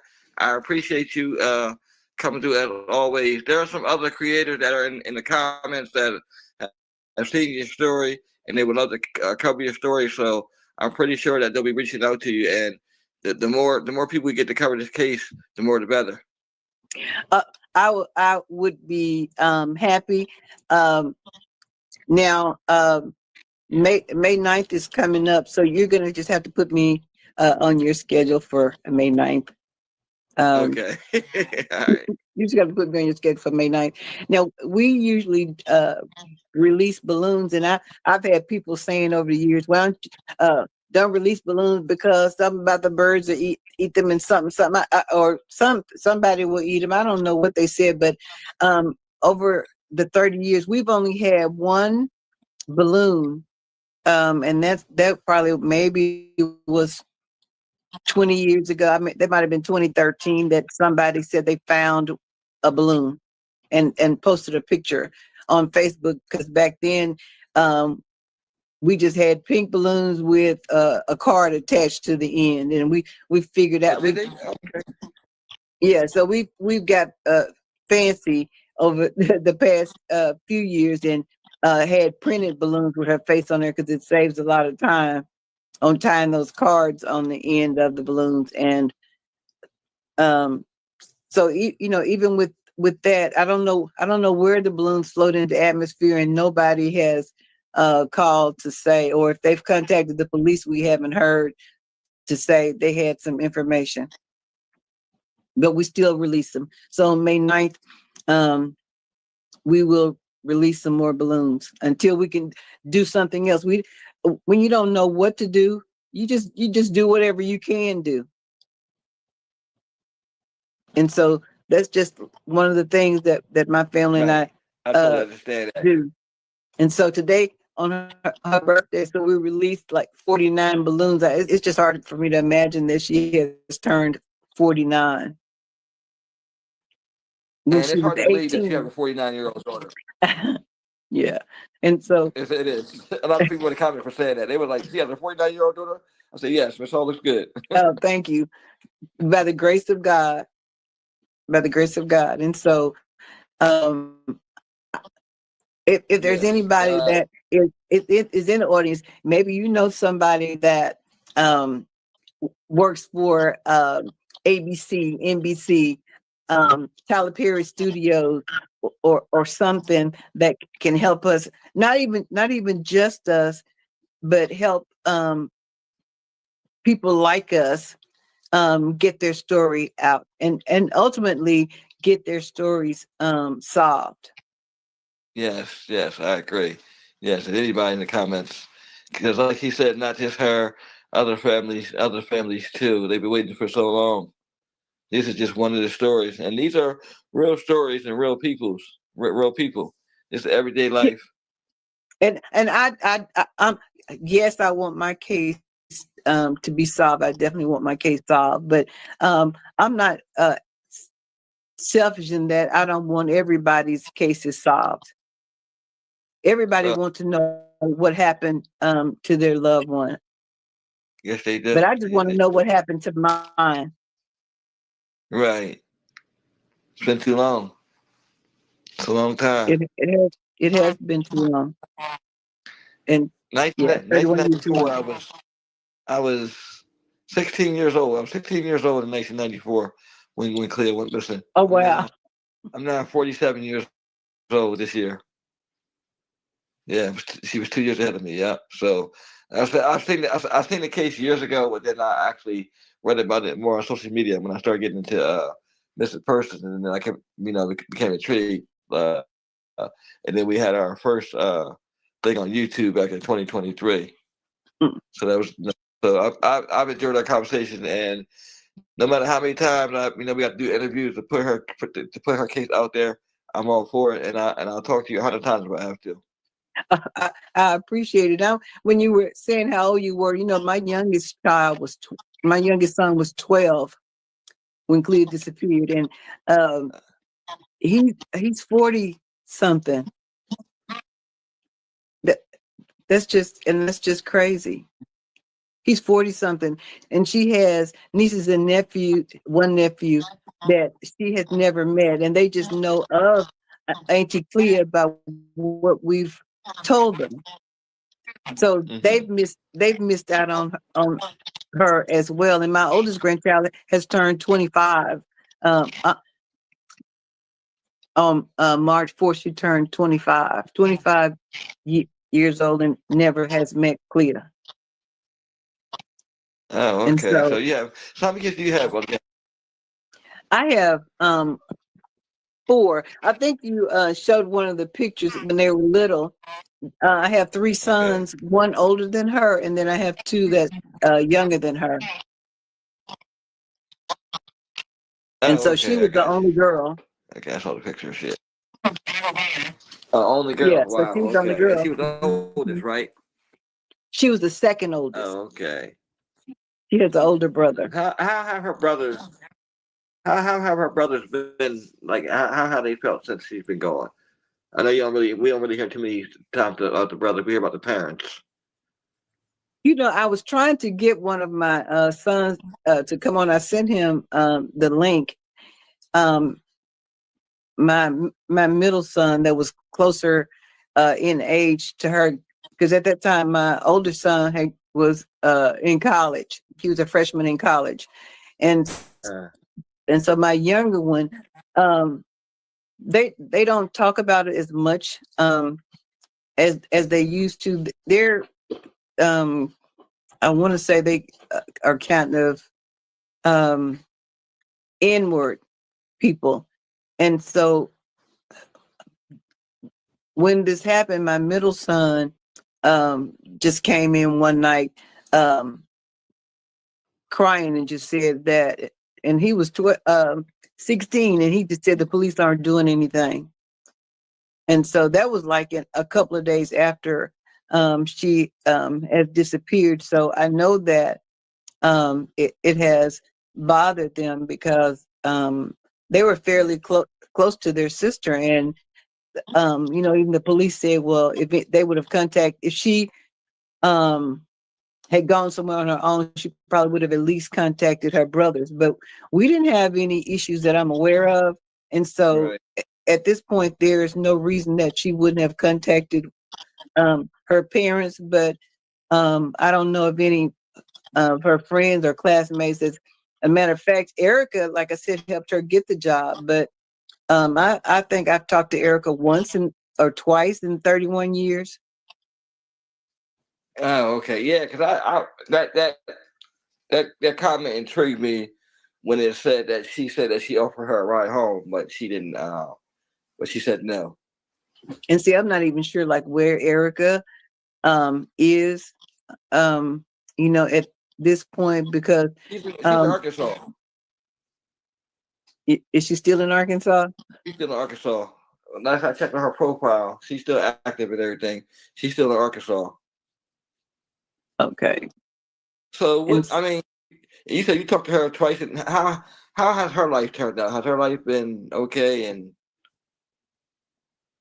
or I mean, that you know of? I'm not even exactly sure. I know that Erica developed an illness and was using the last time I saw her, she was using a walker. Oh, okay. Yeah. So, but I know that like different people who have been investigating our story have tried to talk to Erica or her sister, because at one point both of them were working for him, and when Erica helped Clea get the job, they told us that, or told her, which she relayed to us, that they had found another job, and then they were trying to help him find a replacement, but they had not found another job. And when the police went to talk to them, because they were minors, because I think her sister was her younger sister, I think, was 16 or maybe almost 17 at the time. And so their parents did most of the talking. And I later found out that they belonged to the same, it was years, I want to say 20, that I found out that they were members of the same church. Oh, and were they still going to the same church after Clea went missing? They were. That's how I found out. I am a nurse, and somebody had contacted me about doing a health fair where I would come and do blood pressure and stuff like that. And so I'm like, sure, because I'm always willing to help out in the community. And so right before it was gonna happen, she said, "Oh, I need to tell you that Dr. Amos is a member of this church." So I was a little bit hesitant, but I went ahead and did it. Okay. And but before that, I had not heard anything about them being members of the same church. So, and you, like, going back to, you said that they were looking for a replacement, so they never found another job. Do you think they knew something and just never said anything?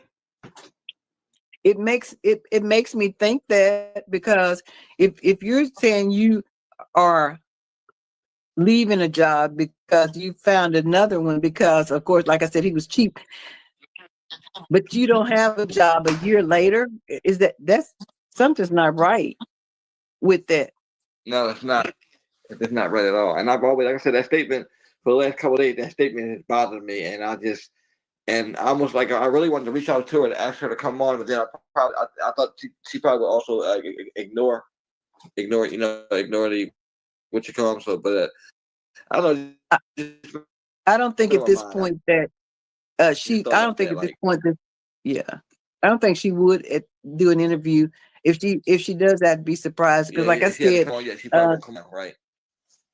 Somebody tried to do an interview with her, and she wouldn't,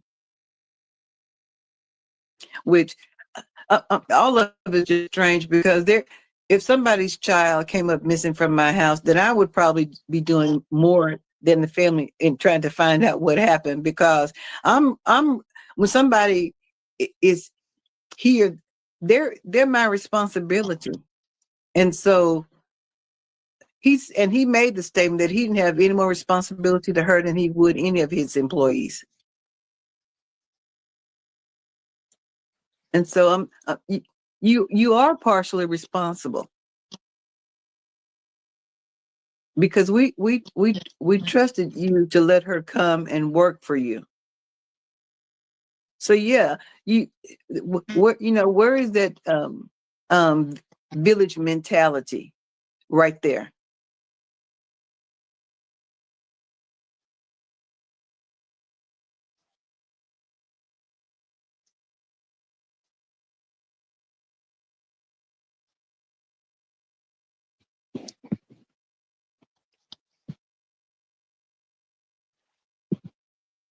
I think we might be frozen again. Hello? Hello? If it was Erica or her sister,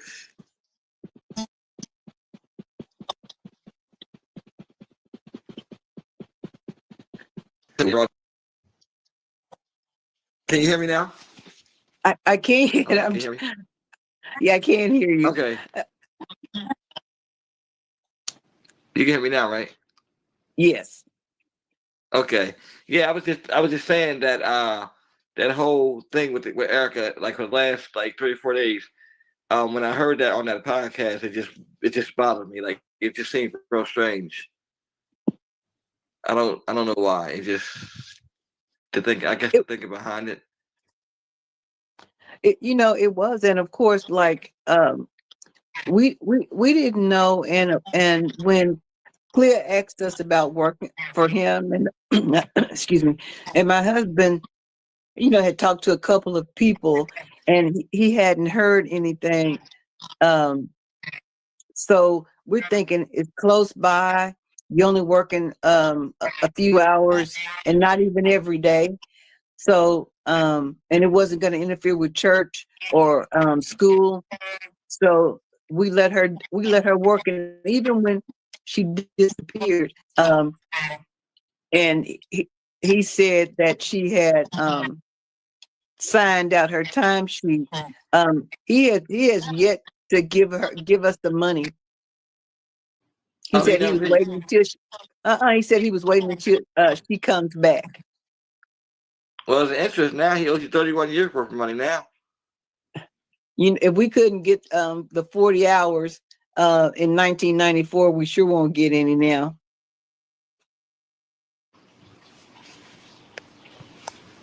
Hold on. Can you hear me? Somebody just tried to call me. Can you hear me now? I can hear you. It's just the connection. It's kind of going in and out. But like I said, it could be us in our semi-rural area. Yes. Okay.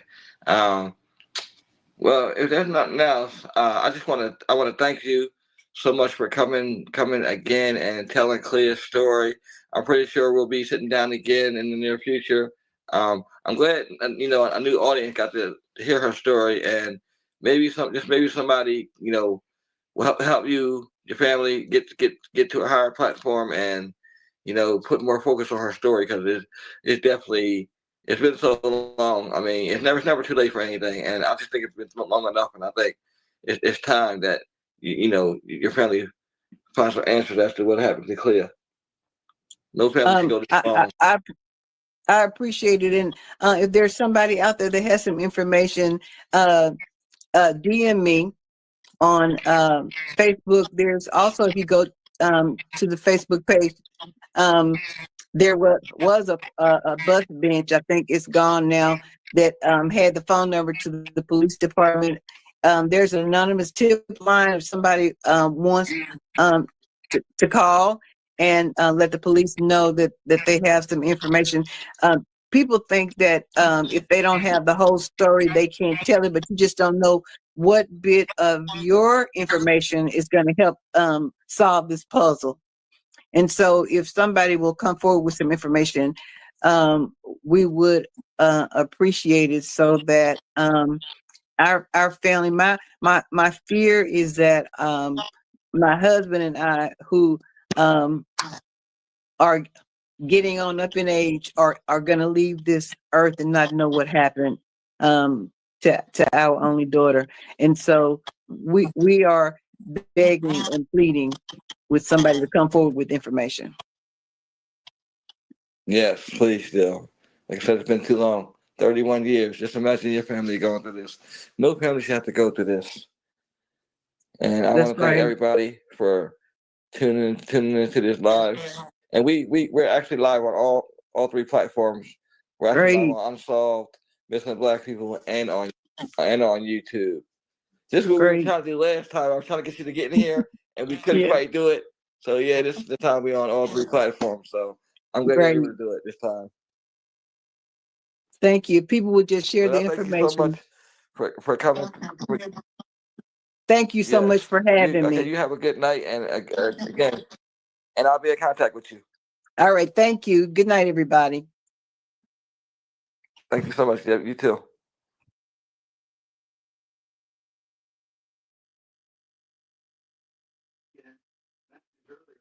Good evening. We are live.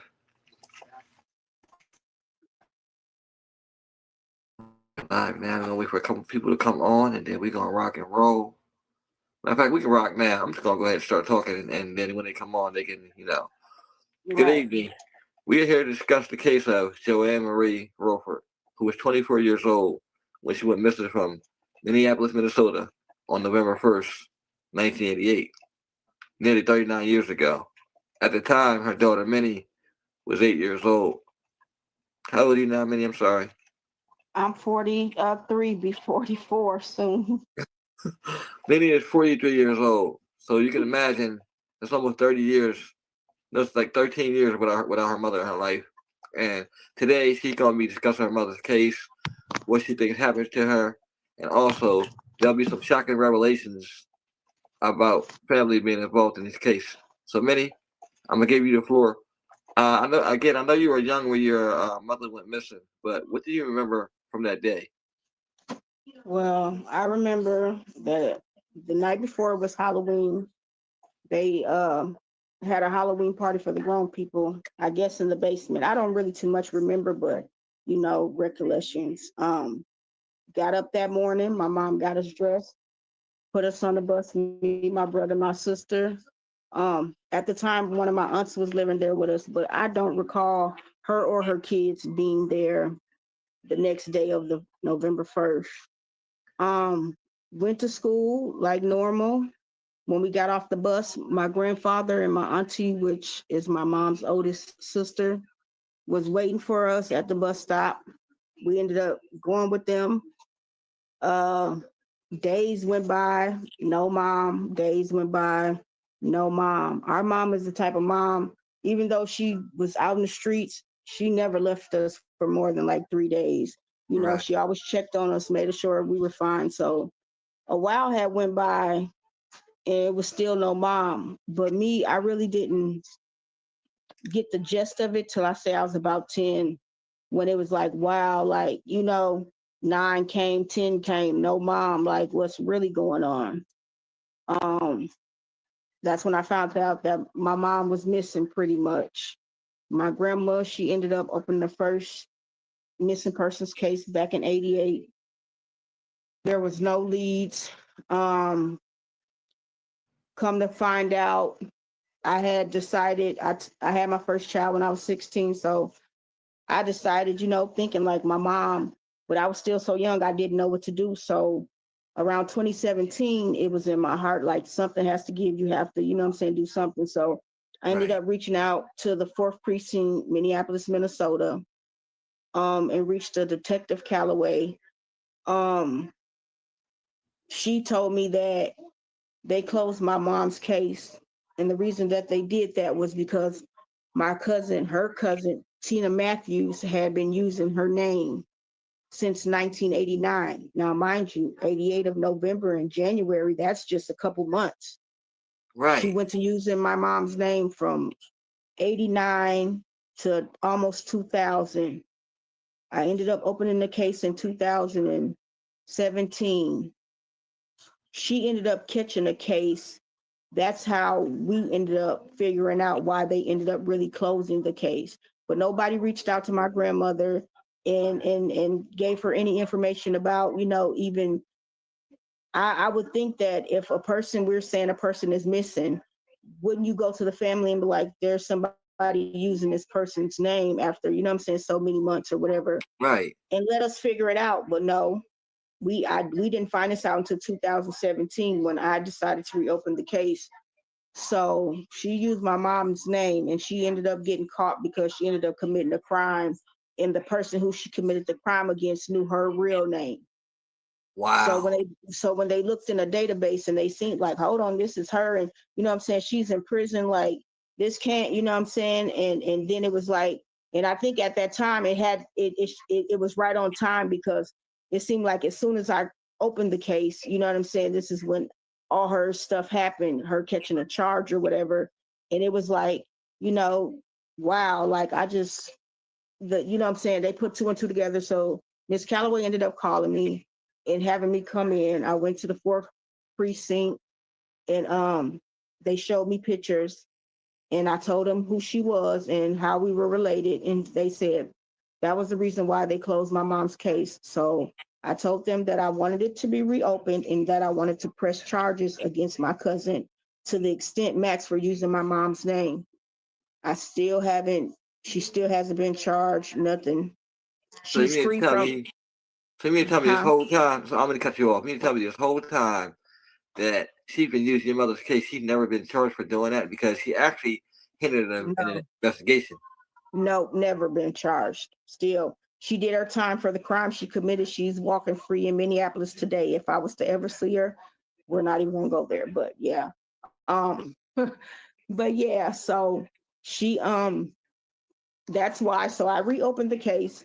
You know, every year, you know, I try to call, you know, and see, like when I reopened the case, I gave them a list of names, like people they should contact, people I thought would, you know what I'm saying, they could talk to, family members, everybody, nothing.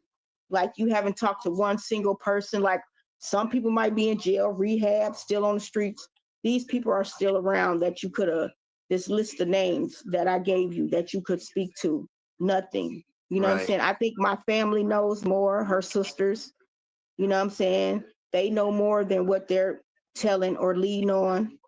I believe it in my soul, because anytime we get to asking questions, it's just like a whole bunch of, you know what I'm saying? Like I was just telling my brother, like I called the one who raised me, you know what I'm saying, her oldest sister, which I call her my mom. I called her and I was asking her questions because I wanted it for the podcast.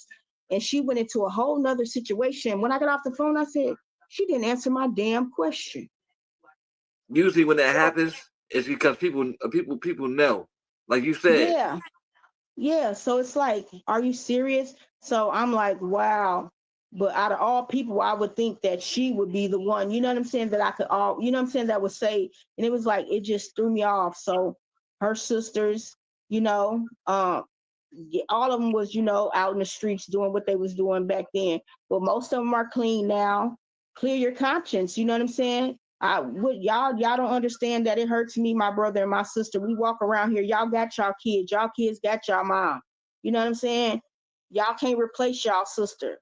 You know what I'm saying? And it's like, but y'all didn't try to do nothing to, you know what I'm saying, figure it out. It's like everybody grown now, everybody, you know what I'm saying? We just look at y'all like, really? Like, I believe everybody got somebody knows something they not telling. I don't know what it is, because the type of people that they hung around, my mom and my cousin, one of her closest cousins, you know what I'm saying, they hung around, they messed with, you know what I'm saying, white men with power and money in Minnesota.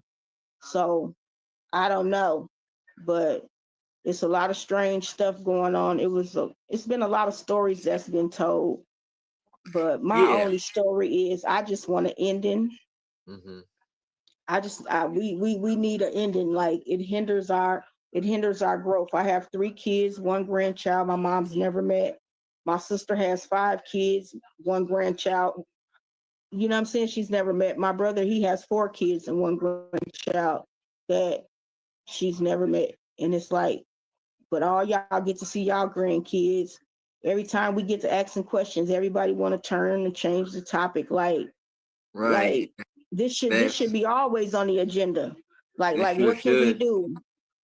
Like, you know what I'm saying? And until there's no end, until God tells me in my heart and my soul, like there's nothing left else to do, it's unsolvable, then I will leave it. Until then, from here on out, I'm fighting, and I appreciate every platform that allows me to tell my mom's story.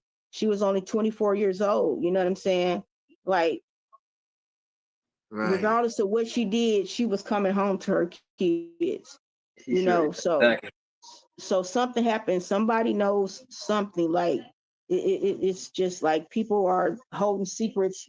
You know what I'm saying? That can give us peace and joy and hope. Like, and that's what really makes it hard to Right. see everybody with their kids and their moms, and what I'm saying, they act like my mom never existed, like literally, like, but it's 3 kids here to let y'all know she existed. So, you know what I'm saying? And it's hard. And it's just been a lot going on. A lot. Right. Okay, so now take me back. You said they had a Halloween party, right? Hmm. Did anything happen at this party? From my understanding, some my cousin's boyfriend, baby daddy, him and her uh robbed a man and slit his throat. I don't remember. They say it was ambulance everywhere. I don't remember none of that. But you know what I'm saying? People that my brother, he says, my brother and my sister, and mind you, my brother's younger than me, but the boys, they are always up there, they're boys. So I'm pretty sure him and my cousins was probably up, and my sister. Uh, I'm an introvert, so I'm always to myself regardless. So I don't remember none of that. You know what I'm saying? I just remember waking up my mama there and then my mama gone. But my brother said that it was an incident where a man ended up getting his throat cut, and my cousin and her boyfriend, baby daddy, had something to do with it. And I don't know, that could have been a retaliation, because like I say, when they mess, it was a white man, and they mess with people with power. They didn't, what I'm saying, mess with no no average Joes when they made their money. Because what I'm saying, I wish I could have showed you this picture of my mom, because I have a better picture than that. They was bad, her and her teammate, and they they kept them people. So yeah. right. Right. I mean, you can always send a picture to us. I mean, but Yeah. I'm glad I was able to lighten this picture up to get her eyes, Yeah. because she does have some beautiful eyes, because, Yes, she does. yeah, it's always, I don't know, it's always when I look at the pictures of people that are missing, it's like the Hmm. eyes tell a story, Right. And and when she her eyes are saying, bring me home, right. bring me And when home. she went missing, she had a colostomy bag because she had real bad gallstones. So she Okay. had a colostomy bag, I remember pretty much visiting her the last time in the hospital too. Uh, we had Oreo cookies and milk. I'll never forget it. And it was kind of crazy. Like, wow, like all the memories I can remember. I can remember that memory, and me and my sister putting my brother in a dryer and her whooping us because we didn't want a baby. You let me put him in a jar. Yes, we did. We sure did. We didn't want no babies. But other than that, what I'm saying, I remember her face. I remember her smile. It's just like the conversations I don't remember, the time we, what I'm saying, the little things I remember, but it's like conversations, what I'm saying? It's just crazy. And it Right. and Now, it's whew, okay. You said your aunts and your cousins all them act funny, right? Do yeah. you remember how they were acting? Were they acting the same way, like when you're growing up? Yes, like they were like literally like it was like nobody wanted to say nothing. Like I say, my auntie, her and her kids live with us in the house where my mom, what I'm saying, went missing, 26th and DuPont. You And know, your kids never say I anything. no kids never said anything. And like I say, I don't remember us ever going back to that house, her ever going back to that house. And I don't remember her kids getting on the bus with us to go to school that morning. I don't remember. Right. So Well, you could think so also too. If there was assault there, and they was involved, they wouldn't come back. right. And like you said, that might have left the door open. There's just so many endless Yeah. possibilities here.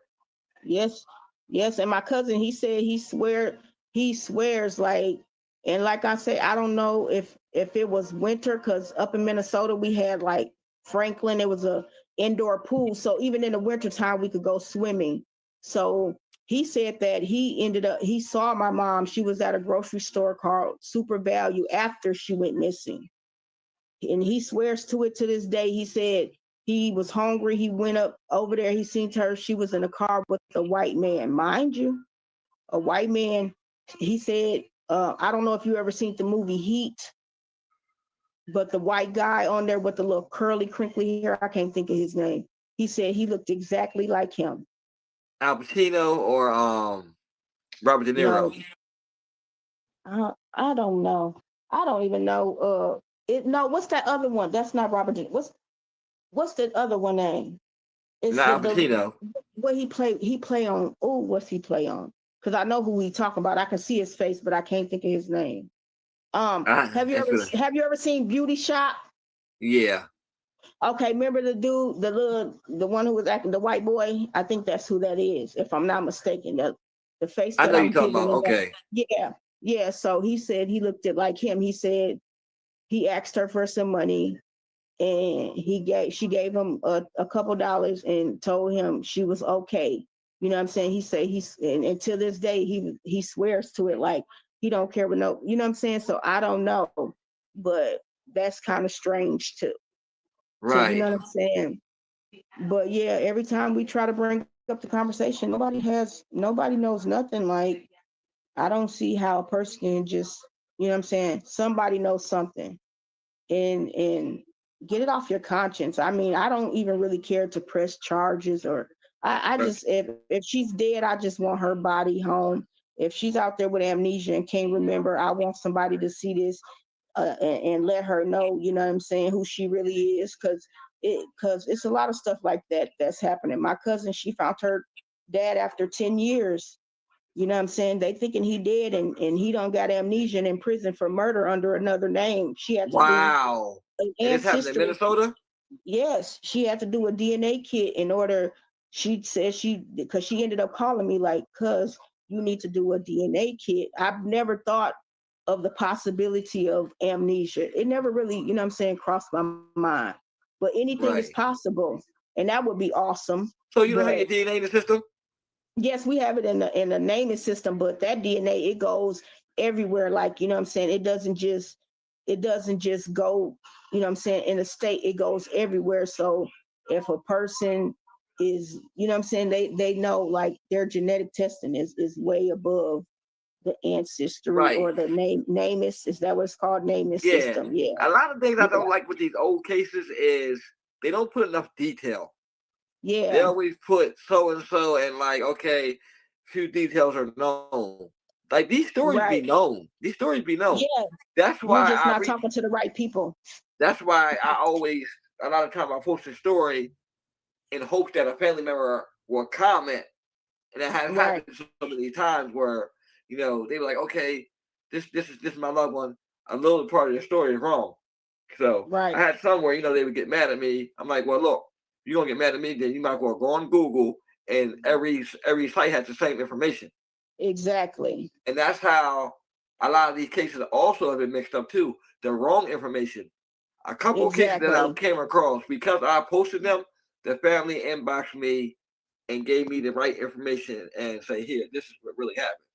And it's like, Right. during all these years, everybody believes the same story. But I understand what you're saying. Exactly. So it's like a whole bunch. I mean, I done heard stories about what coulda, shoulda, woulda happened, but my whole purpose is if the police are not, my whole purpose is my family and the police, because like I say, they know something. There's just no way that her sisters and them don't know nothing. They know something. Other people know, and the police are just not trying to get to the bottom of it, which is really hindering us and hindering me, and it's really ticking me off, to be honest. Like, I am so upset at the Minneapolis Police Department. Not only did my detective retire and get a notice to say my email's been the same since 2017, I haven't changed it. No email saying I quit, this is the new person, yada yada yada. So when I get this new information, it's like, wow. I ended up inboxing the lady, and it says that she's from the juvenile unit, and I'm thinking like, how is she an investigate? Like, what is really going on here? I just, it's mind boggling. Yeah. So It's like it's like you have to deal with a grain of, you have to deal with them with with a grain of salt because yeah, I don't know. And then a lot of times, like you said, these cold cases, they don't think that they can be solved, so exactly. they won't. Honestly, tell you Yeah, the so truth, a lot of these days, social media actually solving these cases. You know, exactly. these Facebook groups are really, putting the information out there.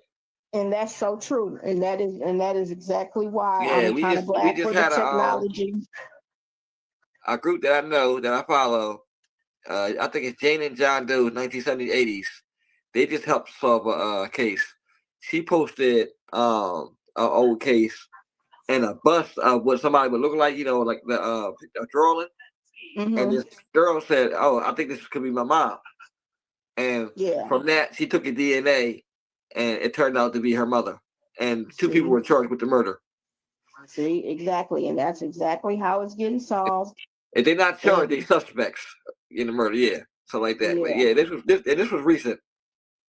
yeah, see, and that's what it be. It's just that one little thing that get it out there and make it known. You know what I'm saying? And um in Minnesota, this uh is called I can't think what it's called. It's about Black missing people. They did a story on her, and the guy, he reached out to me and he was like, as long, just like you, as long as I've lived here, I've never, what I'm saying, heard this case. And he said, and then he the one told me, he said, your mom's case is the longest unsolved case in Minnesota. I said, what? He said, Wow. yes. 37 years. I actually looked up it. 37 years her mom's been missing. It'll be 38 years this year. Yes. And 38 years. Just think it's about that. crazy. And it's 38 crazy. years that people have information, people know what happened to her. Like she said, clear Yeah. your conscience. Clear your conscience. If this is your Right. family, how you say it's your family, do the right thing. Right. Because Because blood is somebody, thick. it's out there. Blood is thicker. Blood is supposed to be thicker than water. But Yeah, these it's days, I'm not supposed. so sure about that anymore. I'm telling you, you got to watch them more than you watch them. And all me and my brother and my sister want is closure. I mean, our lives have been rough. You know what I'm saying? It's been hard, and it's like somebody out there somewhere knows something, and all you need to do is call the Minneapolis Police Department. I'm about to give out the information. Minneapolis 4th Precinct. The number is 612-673-2941, and tell them that you're calling about the case of Joann Rulford, case number 17099692. You don't have to leave your name. You don't, just let us know what you know or what you've heard, because it's Right.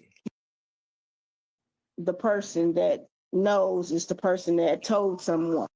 Tell it. Y'all tell it. Oh, I'm about to tell it. That's all we ask. All Yes, I give this ask. family some answers. Give this family some answers. Like I said, it's been too long. She, her brother and her sister, Yeah. they've had Like, to live basically their whole life without their mother. And my mother, was alive, but me and my brothers and sisters grew up in different households. So I okay. already know that side. I've been on that side of the fence. And I know how it feels to not grow up with your parents. But Right. to not physically see your parent in 37 years, Yeah. I It's don't. hard. It's hard for me now not seeing my mom because she passed away, you know, 26 years ago, whatever. But 37 years of not knowing, that's not what this is supposed to Yeah. be about. Yes, it's Please, not. if you know anything, please reach out to Minnie or, the Minneapolis police. Get this family some answers. It's been too long. This is the longest active cold case in the history of Minneapolis. We're on the Yes. wrong side of history. Wrong side of history. Exactly. And And it's like, I pray by us doing this podcast, I pray that somebody out there sees this podcast. Somebody gives her the answer or give her family the answer, anything that can help her out or help her family out. exactly, I never use the word closure. I'm gonna say answers, okay? Because there's exactly. there's never no closure. Even after it's solved or whatever, it's still the aftermath, okay? The Yeah. aftermath is the part you have to deal with. So no closure, like answers. And many Yes. thank you for having me. I'm glad you came on here, and I'm glad you decided to talk I about your thank mom's you for case. having me. Is there anything else that you want to add, to the people tonight? Just if anybody out there that was around 26 in DuPont that can remember anything back in October, November of 88, please reach out to the Minneapolis Police Department. I left the number. If you can reach out to me, you can reach me at Minnie Rulford on Facebook or Nicole Smith on TikTok. Um, I appreciate everyone who tuned in, listening, and continue to share my mom's story. And God got the last say so. And He I sure appreciate does. you. And any other platforms out there that would like to have Minnie's mother story on there, please reach out. I know quite a few that cover cases, so please feel free to cover this case. Introduce this case to a new audience. Yes. We introduced it tonight to my audience, which is big. But just think about if we can, release it to other audiences. You know, Mhm. so Oh, and I have one more thing. go ahead. I have I have set up a GoFundMe page to hire a private investigator to help with my mom's case. So um you can look on my page, it's up there. Please share. Anything is helpful. I'm just trying to get as many answers as I can get. So I appreciate everybody for tuning in and listening to my story.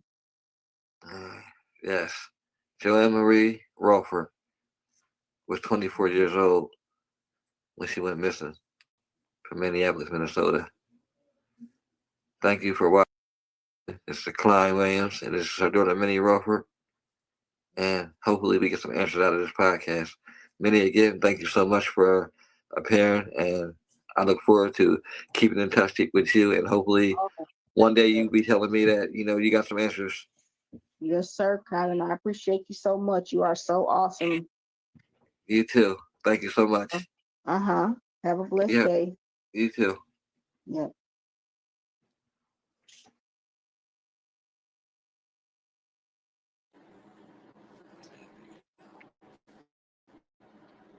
Okay, we are live. Wait for a couple people to come on, and then we're going to go ahead and do this. Yeah, I've been doing these podcasts for probably a couple months now. Trying to help families with their loved ones cases, especially cases that are, seem like they haven't went anywhere.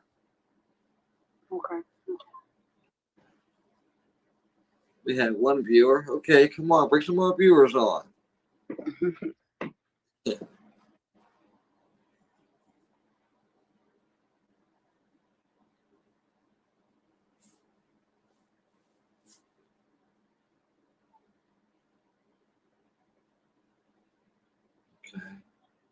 Okay, we got four. Four is our audience to me. Good evening, everyone. Tonight, we're going to be discussing the case of Kelly Allen. Kelly Allen was 20 years old when she went missing from Berkeley, Missouri on March 7, 2007. And she hasn't been seen since. Tonight, we sit down with her sister, Brooke, to discuss Kelly's case. A lot of people haven't heard about this case, and some have, but tonight we're going to get an inside look at the case and see what happened with Kelly that day. I always like to talk to the families because, you read a lot about the case, but they don't never give you a lot of information. So, Brooke, how you doing tonight? I'm doing good. Well, so, Brooke, please tell us about your sister Kelly, the circumstances surrounding her disappearance. So Kelly came up missing March 7th of 2007. Um, she got into an argument with my mother. As far as from my mother's point of view, it's two sides to the story. From my mother's point of view, they got into an argument about her doing dishes, and she left and went to a friend's house. The friend name, I don't know if I can mention it. Can I? You can, because it's all speculation. So you Okay. can. She went to a friend house. That name is Brittany Johnson. She stayed out in Berkeley at Froston Airport Road.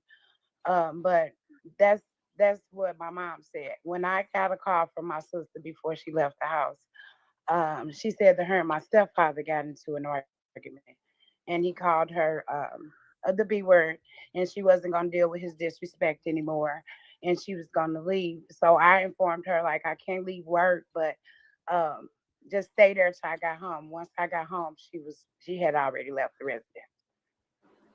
Okay. And after this, did she go missing after she left the house, or was it like a couple of days or a couple of weeks after? Well, she didn't go missing right after she left the house. She actually had an interview on March the 6th, the day prior to her actually coming up missing, um, at a telemarketing place somewhere out in off of Sappleton Road, like Crestwood area. And the people actually scheduled her to come back for a second interview. Um, and when the follow up for the second interview, when they called the young lady house that she was residing in, Brittany Johnson, um, that's when she told them she was missing and that she didn't know where Kelly was. So she didn't say anything until these people called for the second interview. Correct.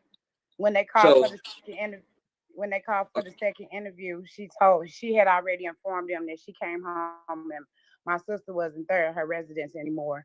That she was gonna call the police. This was before she even reached out to my mother or anybody in our family. and that was gonna be my next question. I was gonna ask you, did she reach out to y'all? So y'all didn't know either.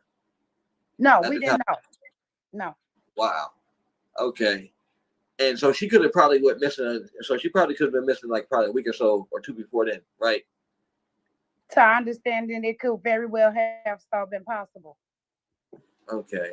And so what was her story? Because I read online that she said the friend said that she came home and she wasn't there. So that was her only story. Her only story was that, yes, she came home from work after talking to my sister on prior occasions during the course of the day of the 7th. That my sister told her one of her boyfriends came by the house and he woke her up out of her sleep. That she said that was between like 8 and 9 o'clock p.m. And by the time she made it home, like 11:30 p.m., my sister was not there. No sign of her was there. Now, did you guys have any prior knowledge of any boyfriends or boyfriend that she may have had? And what area with this? Is this still Berkeley where she's at the friend's house? Yeah, she's still in Berkeley at a friend's house. Yeah, she was going with a guy named Dewayne. It was Dwayne Jackson or Johnson. He went by Weezy. We knew of him as her being her boyfriend. And Okay. also, the young lady said that he had been spending time over there at her house with my sister while she was over out in Berkeley. So is that true? Like was he actually over there, or did he ever answer any questions? We after she told us that my sister was missing and we started getting flyers, start printing out flyers, which we didn't do until probably like March the 13th. Because we were still giving hope like she gonna come home, Right. Start putting out flyers on the 13th of March. Yes, he came by my mother's house. He did have a gun on him. So thinking back over the years, we don't know if that was a scare tactic for her or for us. He did come over though. He did come over With to a gun our. on him? Yeah, he had a gun on him. Now had he always carried a gun, or is this the first time you see him with a gun on his head? I personally did never even meet this young man until that day. I have never met him. So did the police ever reach out to him and talk to him, and did he give them a story? As far as I could tell, for one, let me say this. We spent the first 72 hours in Berkeley thinking that we needed to report her missing in Berkeley because that's where she was at. And we didn't find out until the 72 hours mark that we had to report her missing in the city. So we did a lot of footwork out in Berkeley for 3 days after we reported her missing, and we didn't even need to be out there. We should have been in the city. Wow. And nobody said anything at all. This whole No, 72 hours. no, they mentioned the young lady, Brittany Johnson, her boyfriend, his name was Omar, something about he had a Mickey Mouse, and then they did on the guy Dwayne, my sister's boyfriend, be on the lookout. This is all hearsay. We never was there present to know if they actually interviewed these people, but they did say they did. They interviewed all three. Yeah, a lot of times when they say they do it, sometimes they be lying. So like you said, you never know.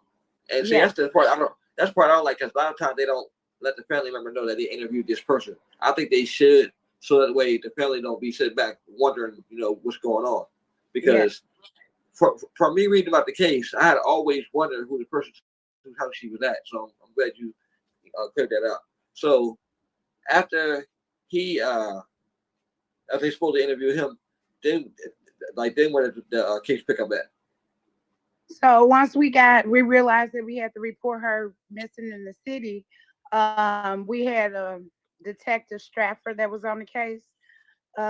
He was a Caucasian man. He gave us more insight than an actual detective that actually eventually taken over her case, which was Detective Griffin.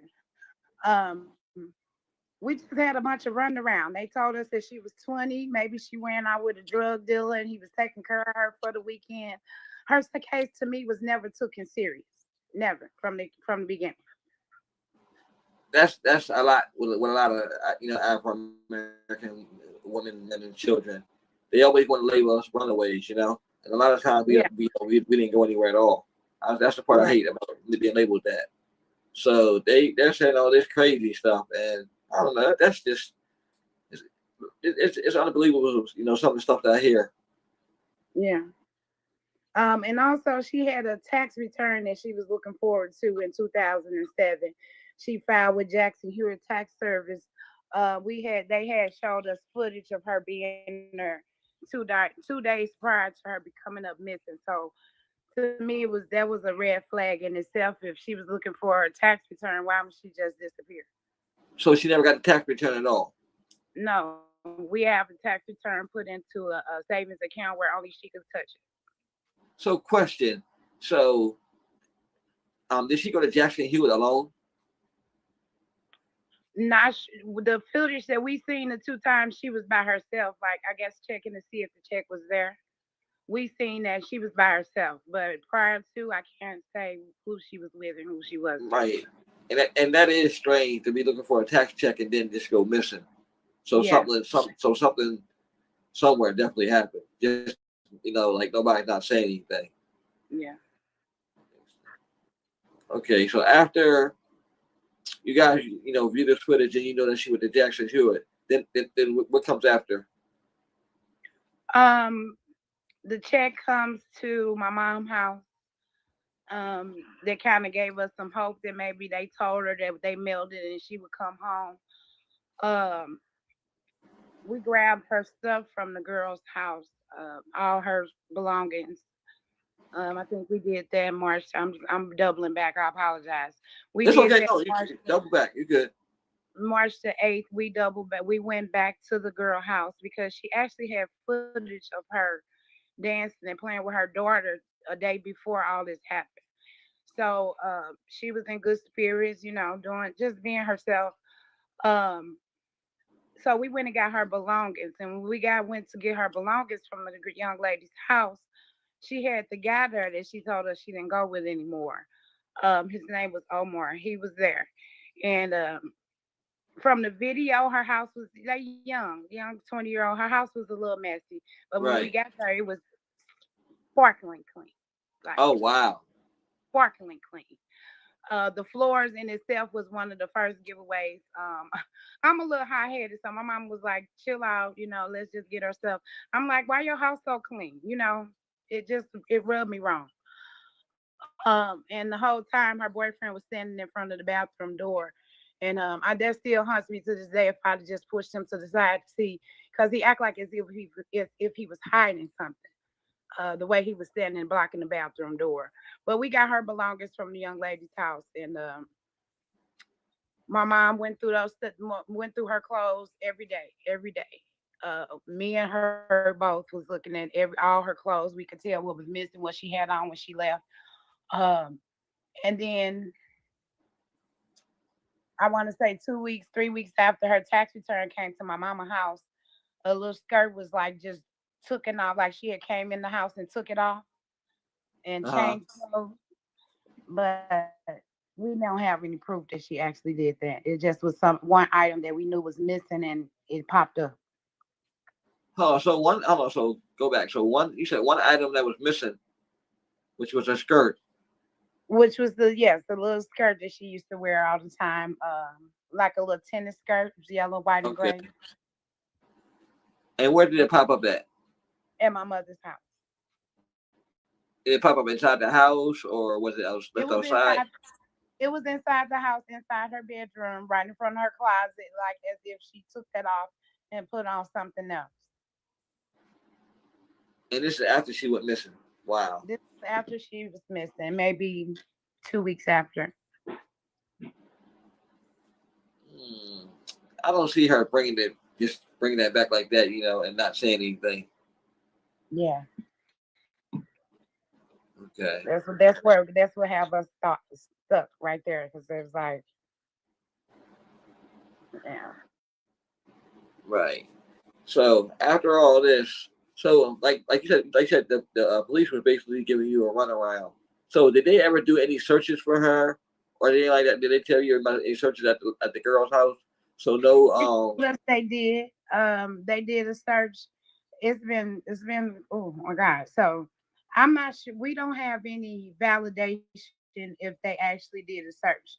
They said that they went into her house and they used the light to make sure nothing like blood or anything was um in a unit. But that's all what they're telling us. We wasn't out there. We don't know if they actually did it or not. And you know what? Come to think of it, if I was you, I would definitely check into that anyway because a lot of times when they do raids and stuff like that on somebody's house or they spray the loon and all that, they make Mhm. that stuff public. Okay. Even if it's years later, they make it public. Or I know most of the time they do, but yeah, that sounds strange because, like you said, you was there and it looked like he was hiding something, preferably. Yeah. Okay, so Kelly didn't have any kids, right? No, she don't have any children. And she's a nursing student, right? How long has she been a nursing student for? Is that something she Uh, just started? she had just started doing the nursing, in the nursing field Okay, prior to her, so maybe 6 months prior to her coming up missing. She was working at a nursing home out in Eureka, Missouri, I believe. I'm not sure the name of it. And okay, they let her go. She was kind of upset about that. okay. So going back to Brittany, now was her and Kelly like good friends, like best friends? Like how did they meet, or she didn't know her too long? They known each other quite a while. I wouldn't say Brittany was a good friend. I mean, the best friend of hers. I would say she was Uh, more of a partier with her. The party girl. She go okay, out. right, okay, totally understandable, totally understandable. So tell me about after the first year goes by and she's missing. Is there any movement in the case at all? We have no new leads since we reported her missing in March 7th, 2007. There's been no new leads. I take that back. This was probably in 08. They called us and for one, the city police sent got an anonymous tip that somebody had just laid a fresh thing of cement down in this yard in Berkeley. There was a grandmama's. I don't even want to get a misconstrued because I don't remember. It was a Okay, grandmother of one of the people that was involved in the case. That she just okay, got some fresh cement laid down, and they said it was a body under there. So they did come and swab me, my mother, and my brother's mouth, and it turned up to be an animal bone. oh wow, okay, Yeah. So nothing since then. nothing since then. And it's just like, and it's like she just dropped off the face of the earth. Yes. Yeah, because I'm going back and I'm thinking about you. You said she was on the video with Brittany's daughter dancing the day prior, and then Yeah. she goes missing. Then that very Yeah, next. yeah, very, very, very totally strange. Yeah. Your mother, I know it's been hard on her, all these years. How does she, cope with this even to this day? Because I know it's been about 15 years, right? Since she was missing? Yeah, almost 16 years. Almost 16, okay. My mother, she just over 16. My mother just that she keeps me going because her faith in God. She just keeping faith that no news is good news. Even after all these years, we had a private eye that we hired to look into the case. He basically just took our money and reported everything off of the police report. So just she just keeping her faith in God that she gonna come home to us one day. Right, right. That's the way I like to think too. I like to always think that, they're Yeah, out there somewhere and they're going to make their way home. yeah. So, is there any like other like details that you could think of that also like raise red flags for you? I'm start with my stepfather. I don't know. Me and him never really had a good relationship, but he's the only one who wasn't questioned. My father, me and Kelly's father, he's no longer with us. He died in 2018. Um, he was questioned by the police. TV1 did a reenactment of her story called Finding Our Missing. I don't even know if they aired anymore. But even on the reenactment, it shows what my sister told me. It was her and my stepfather arguing versus her and my mother. So I still have a little speculation about him as well. Him and my mother's no longer together, but he did a lot of suspicious stuff that just kind of made me raise an eyebrow in him. For instance, we had a young lady called and said she knew where she was. This was probably 5 days into her being missing, and he deletes the number off of the phone, so we couldn't call the girl back. He has did a lot of things too that just, in this case, we just don't know. Right. Yeah. There's so much shady stuff going on. It's like, who do you put the finger at? Yeah, exactly. That's what I'm hearing. I'm really glad that you came on here to one get your sister's story out and talk about it, and so more people can learn her story. Like I said, I've come across her story so many times, and I've always been intrigued. I'm intrigued by a lot of these cases, because Yeah. I want to help. I always want to help, with these cases. So yeah, so the stepfather. So basically, it ain't no short list of who's who in this case. No, it's not. What's Kelly like?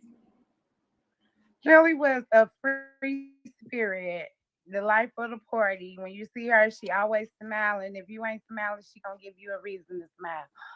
Um, she just was vibrant, a free spirit, just loving, just it's hard. It's hard because I'm the oldest of the three of us, but me and her always had a real special and close bond, and it's been a daily struggle. I'm a mom now, and I just can't imagine her not being here to see my three boys, and then my brother has two kids. It's so much that she missed that I know that if she was able and willing to, she wouldn't have missed in our lives. Right, right. Totally, totally agree. I agree with you on that too. Mhm. Yeah. So, so do you think like going forward that your sister's case could be solved? I hope them my prayers and every night is that God got her wherever she may be. But on top of that, he the only one that knows the answer to what happened to her. And that if she's not here with us no more, we would just give us a sense of clarity so that we can move on. But after so long, my faith just goes stronger. She out here somewhere. It's just she can't get to us for whatever that may be. Right. And as of today, where does the case stand? Is it closed, open? I mean, They told us it was a closed case in 2012. That it was a cold case, and the only way that some new eyes would get on it is if a new detective decide he wanted to just open the case. And however, the police protocol, I'm not really aware, but that's what we were told in 2012. Her case was no longer active. It was a cold case. So you haven't heard anything from the police since 2012? No. I would start calling them and getting on their nerves and bugging them and see what you can stir up, because you never Okay. know. Like, I've been seeing a lot of cases that have been solved after 15, 20, 30 years. That's why I never give up hope. And I always encourage the family members to never give up hope. Even if you feel like you want to give up, just keep on going, because your sister Kelly wouldn't want you to give up. Right. She wants you to help bring her home, at all costs. So I think that with every case, I think that eventually every case will end up being solved some kind of way. If it's not by the police, it'll be by the family, Yeah. And I think social media is a good thing for these cases. Almost definitely. Yes. Yeah. So, is there anything else you want to add, to your sister's story? No, just if anybody see, just look at the flyer. I mean, it's been a long time, but her facial features ain't changed. Just Yeah, she's beautiful too. thank She's really you. beautiful.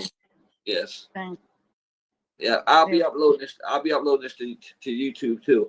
We're live streaming out on YouTube and both of the Facebook pages. So we had a lot of viewers so far. So they're watching, and people are they know who your sister are, and more people know, because I'm gonna post it everywhere. I'm gonna do everything I can to help you. If you need anything, don't hesitate to reach out. If I can do anything of my service to help you, I'm definitely here for you. I definitely appreciate you. All right. Thank you so much. And this has been Mr. Blackstable Live. Brooke, thank you so much for coming on here and sharing Kelly's story. Thank you. Okay, you have a good night. You too. Thank you. Yeah, you're welcome.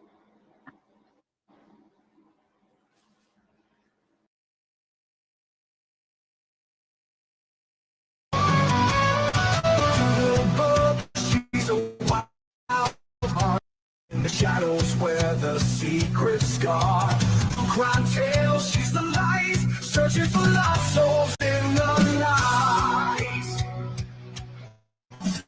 Through the screen, she's on a mission, haunting for truth, igniting ignition.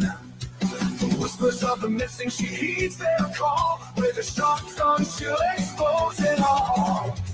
Going through the screen, she's on a mission, hunting for truth, igniting ignition. The whispers of the missing, she heeds their call. With a sharp tongue, she'll expose it all. Speak up for those who can't be found. To the bug.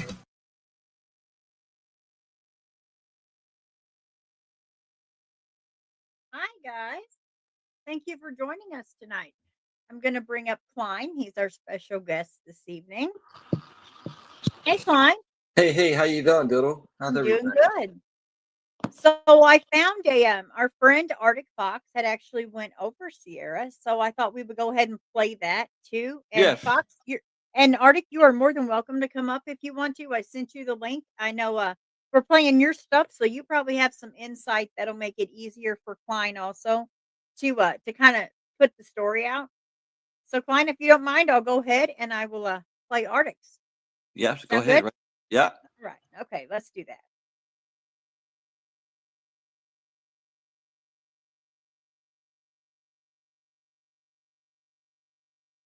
What is going on, guys? This is Arctic Fox. Welcome back to the channel. Today we are diving into yet another cold case and shining the light on it. Today's case dates back to 2002 when a young lady named Sahara Thomas would disappear out of Atlantic City, New Jersey. And her family has never given up hope. Now, at the time that she went missing, Sierra was only 19 years old, and she would be 41 years old today in 2024. This is a very Very sad case, guys. And unfortunately, there's just not a ton of information on it. So Sierra Zahara Thomas was known as Sweetie, and she vanished on the 21st of November 2002 after after her sister drove her to visit her daughter's father near the 800 block of North Maryland Avenue in Atlantic City, New Jersey. She was just 19 years old at the time of her disappearance and had her whole life ahead of her. She had told her sister that she would call when she was ready to leave, but her sister never received the call, and her sister reportedly stayed in the area for over an hour waiting on Sierra to call her. Reportedly, Sierra's boyfriend, whose name I'm going to just keep anonymous for the time being for his privacy, met up with her on the day of her disappearance. Now, he has always maintained that he does not know where she went after their encounter, and he has stated that she was accompanied by an adult male friend.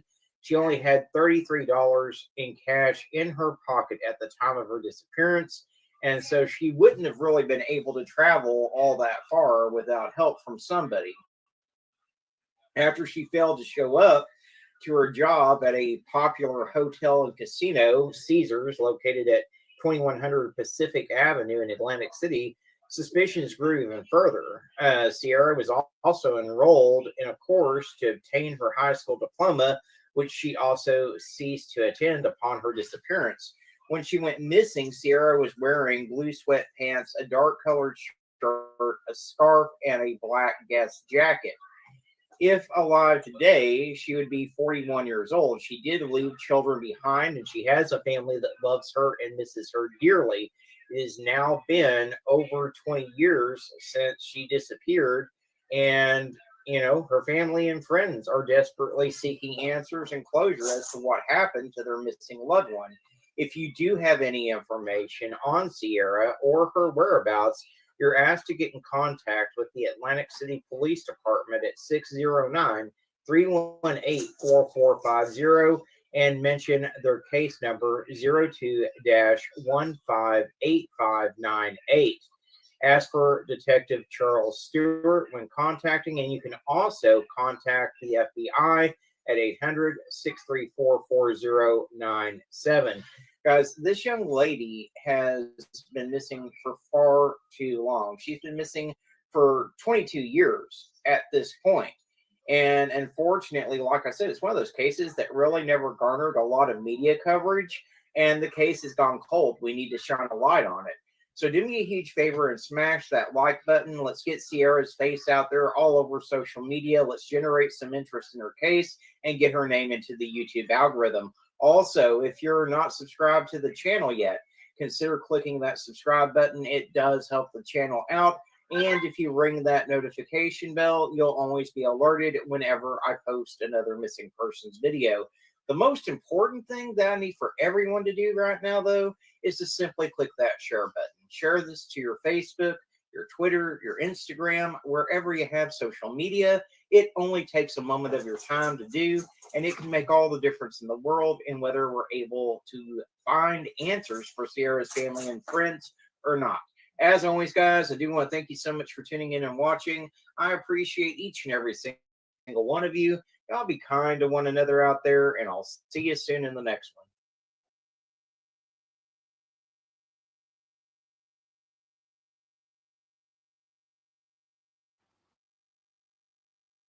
All right. What'd you think about that, Klein? I thought that was awesome. I think he Yeah. did an awesome job covering her case. Yeah, he does a lot of stuff like that. So yeah, so I did ask him, I did send him the link. I didn't think he would mind since he did go through all the trouble to do that. And he is really, really good about this. He does a lot of the cold cases. I'm not sure that it'll come up, but Arctic, you're more than welcome to. But do you want me to play the little podcast first, Klein, or would you rather just go ahead and try to tell them from your side since because you're like hands on here? Okay, I'll tell him from this side. Okay. So basically what Arctic was saying in the video of how she went to her youngest child's father. His name is Robert. Everybody knows this. She went to his house that night to see him, right? And her sister Stephanie said, let me know when you're ready. So she goes and does what she's doing. She paying her bills and all that. And like I said, she's waiting for that call for Sierra to call her and say, okay, I'm ready. She never called her. So she went back to the house, Robert's house, where he stayed with his mother at the time on the back block of Maryland Avenue. And she said, hey, where's Sierra? He said, oh, she was out there walking away with a guy. And Stephanie thought that was strange because why would she be out there with another guy when she came to see you? And from there, I think that was like on a Friday. So by that Monday, when she didn't show up at work or anything like that, that's when the alarm started setting in. And then that's when I think she was reportedly missing. And like Arthur says, it's a heartbreaking case. She's been missing for 22 years. This case never got any attention at all, even though everybody sort of knows who has a hand in it and they know who she was last seen with. It hasn't gotten any attention at all. Like nobody has touched the case.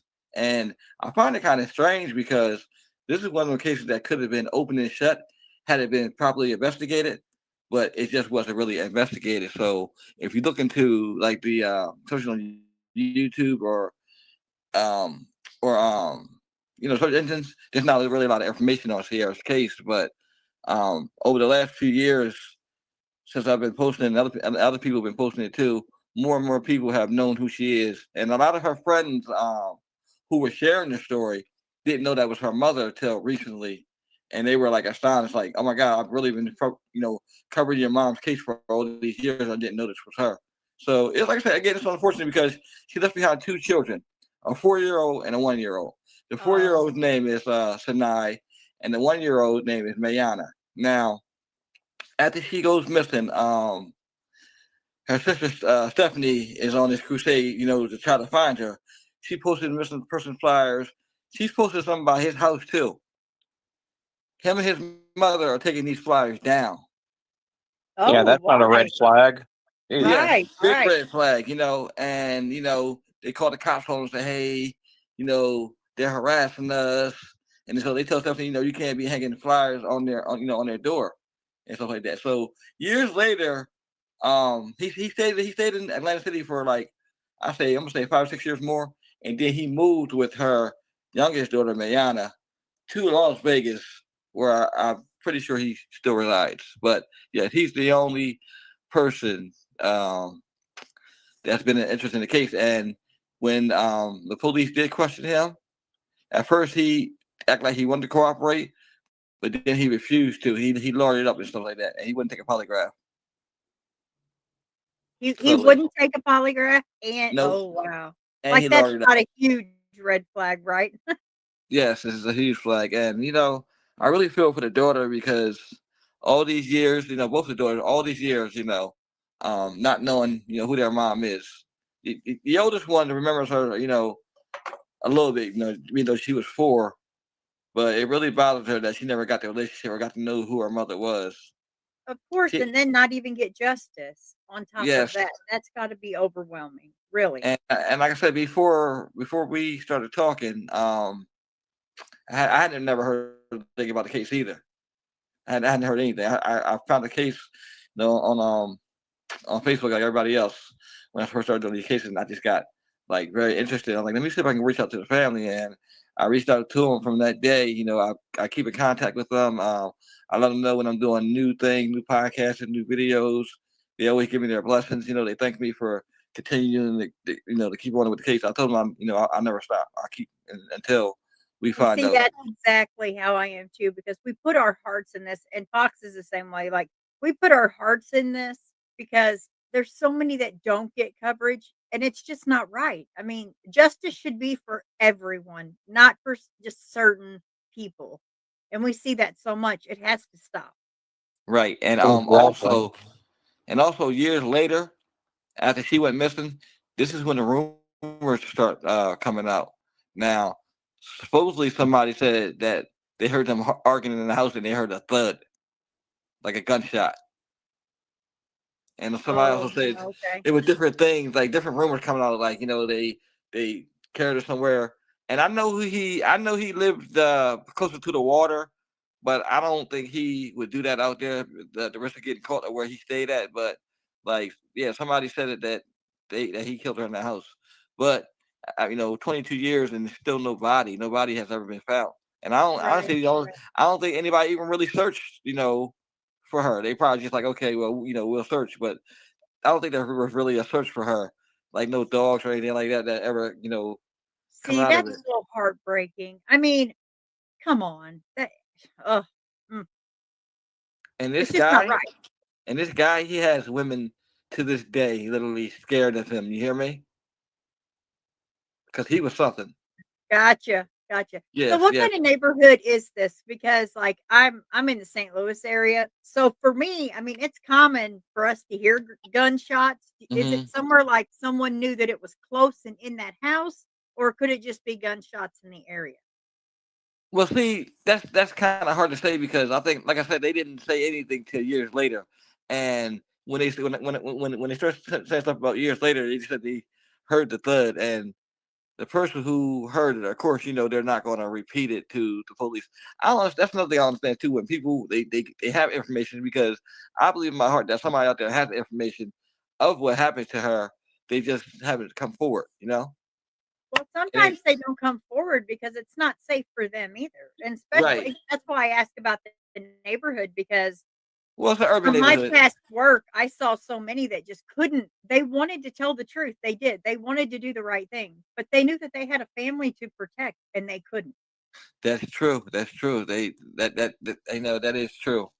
But I just think that he knows exactly what happened to her, what he did with her. I just Yeah, I you feel al- the you same way. you always hope one day that people's conscience would would get to them, and then they would come out and say something because, like I said again, these kids they're grown now, but they're still searching for a mother that they never had a relationship with. Right. Her Her mother. mama Exactly. deserves justice, And her mother's still alive too. I've spoken to her mother several times. She's still alive too. So they've never given up hope. They never given up hope. And I'm pretty Thank sure they're God. listening because That's great. I sent them the link. I sent the sister and the daughter the link earlier. Oh, So they're good, good, yeah, they're good. either probably listening or they might end up tapping in and joining in. But Sure. Yeah. um Yeah, that would be great. yeah, Sierra's case, I just hope that what comes out of this is that more people know about her case and somebody over there in Atlantic City, New Jersey, decides, they hear this or somebody tells them about this case and they decide, hey, we need to take a second look at this case because sometimes all it does is a second look is all it takes. Oh, absolutely. I mean, I can't count the number of cases that once detectives that are new to the case get a fresh set of eyes on the case. It makes all the difference in the world in making that case progress further and getting some justice done. So hopefully, between new eyes on the case and possibly someone, even if it's just one person that sees this, the right person sees it, they step forward with some information, and this family can finally get some justice. Right? I wouldn't have it any other way, and I'm pretty sure they wouldn't have it any other way either. Yeah, and they definitely deserve it. I mean, I meet so many families that are just, that they just don't understand what is it about their family that's not as important as the next family that gets all the coverage.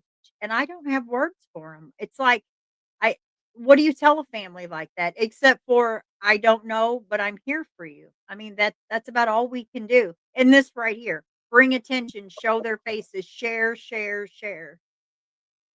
Yes, and like you always say, never give up because I have encounters, some family that just don't want to. They don't think anything will ever come out of it, so they do give up. But like you said, I always encourage everybody to keep on holding on, keep that faith Yeah, because you never know that one day you may get that phone call that said, "Hey, we found your loved yeah. one. We may not have found them the way you wanted them, but we found them, or their And DNA matched up." yep, and I think a lot of times when they quit, it's not that they want to. I think it's just they have to for their own mentality try to get some kind of closure. So I think that's why they kind of back off.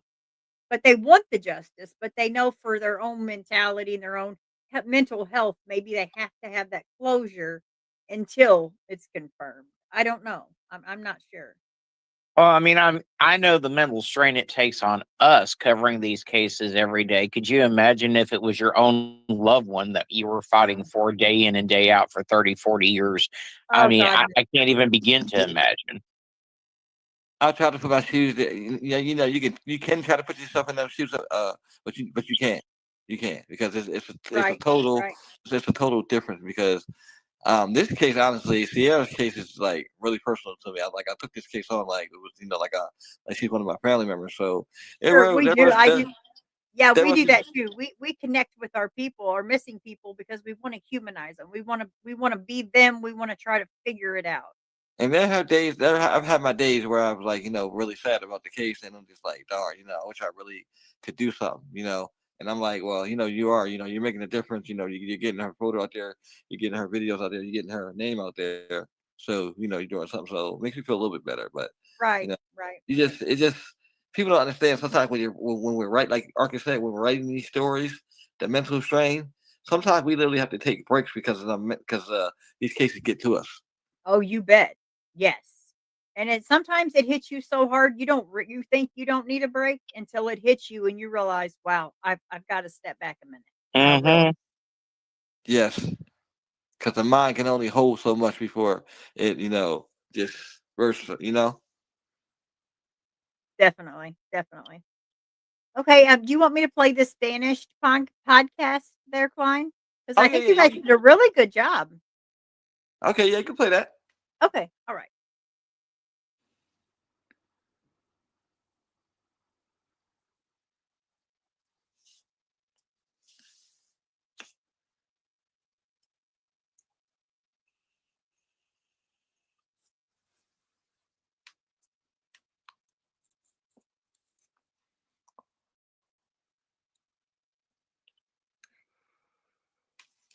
This is around the first time. This is when I first started doing podcasts.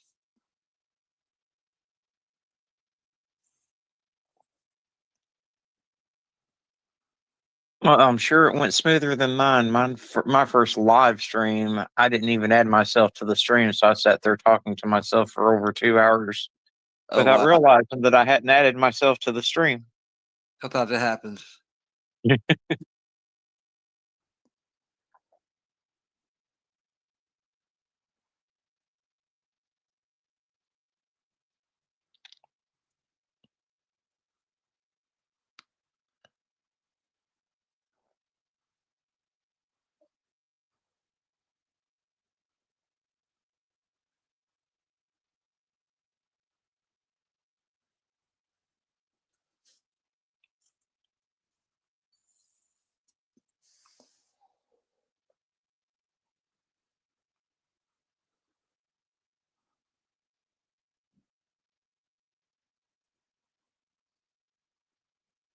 Doodle okay there?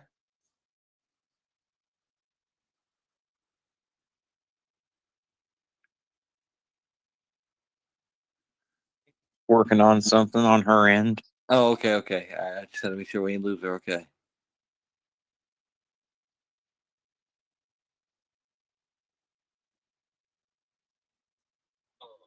Did you guys not hear? Is it not sharing? I think it wasn't sharing. Is it not No, sharing up there? nothing was sharing. No. Oh, okay. Okay. Sorry, guys.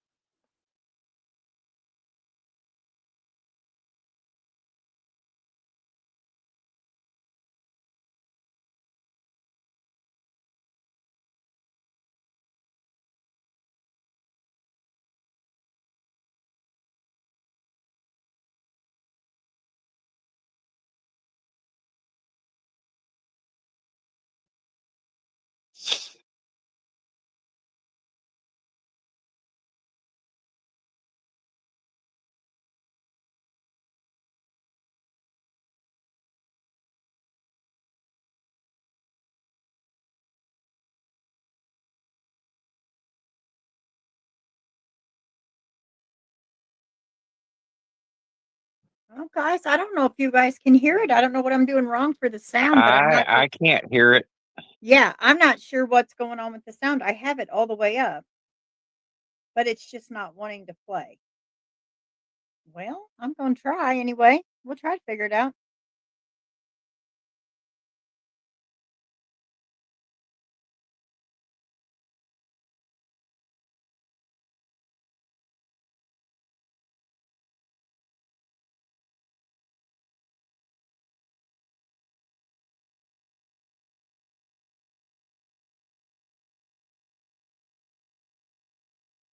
Okay, guys, let me know if you hear this. I'm going to try to press play and hopefully it'll work. If not, I'm not sure what's going on with my with what's going on with that or why it's not playing.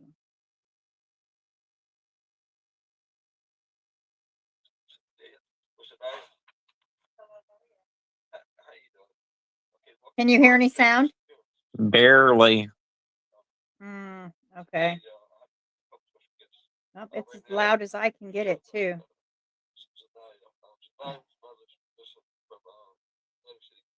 Hmm.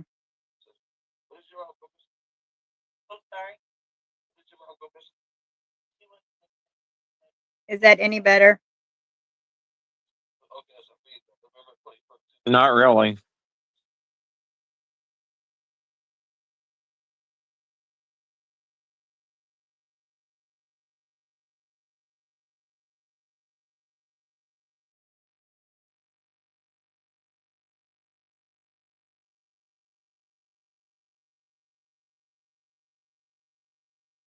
Well, Clyde, I don't think I might be able to get that play. It's not. I Hey. mean, I can play it, but you can't hear it. That's okay. That's okay. We know. I That's did okay. try though. I That's do have it okay. on my phone. I wonder if I could just play it through my microphone. You think that would work? I don't know. You can try if you want. Yeah, I could try. I mean, you guys did so well. I would hate for that to just go to waste because you guys worked so hard. Let me see if I can't go back and get that to play. Maybe it'll go play through that. I'm so sorry, guys. I guess we'll learn as we go. Hey, listen, it's okay, because at the end of the day, the broadcast is still about Sierra, It is. It is. And as long as we keep her face out there and we can share and share, we'll do the best we can. We'll get better as Exactly. we go, I'm sure. And if we don't, we'll just say we will. Yes, we will. Yes, we will.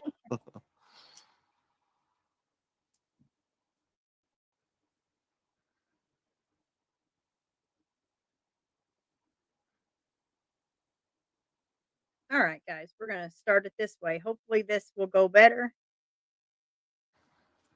Let's see how Okay. this goes.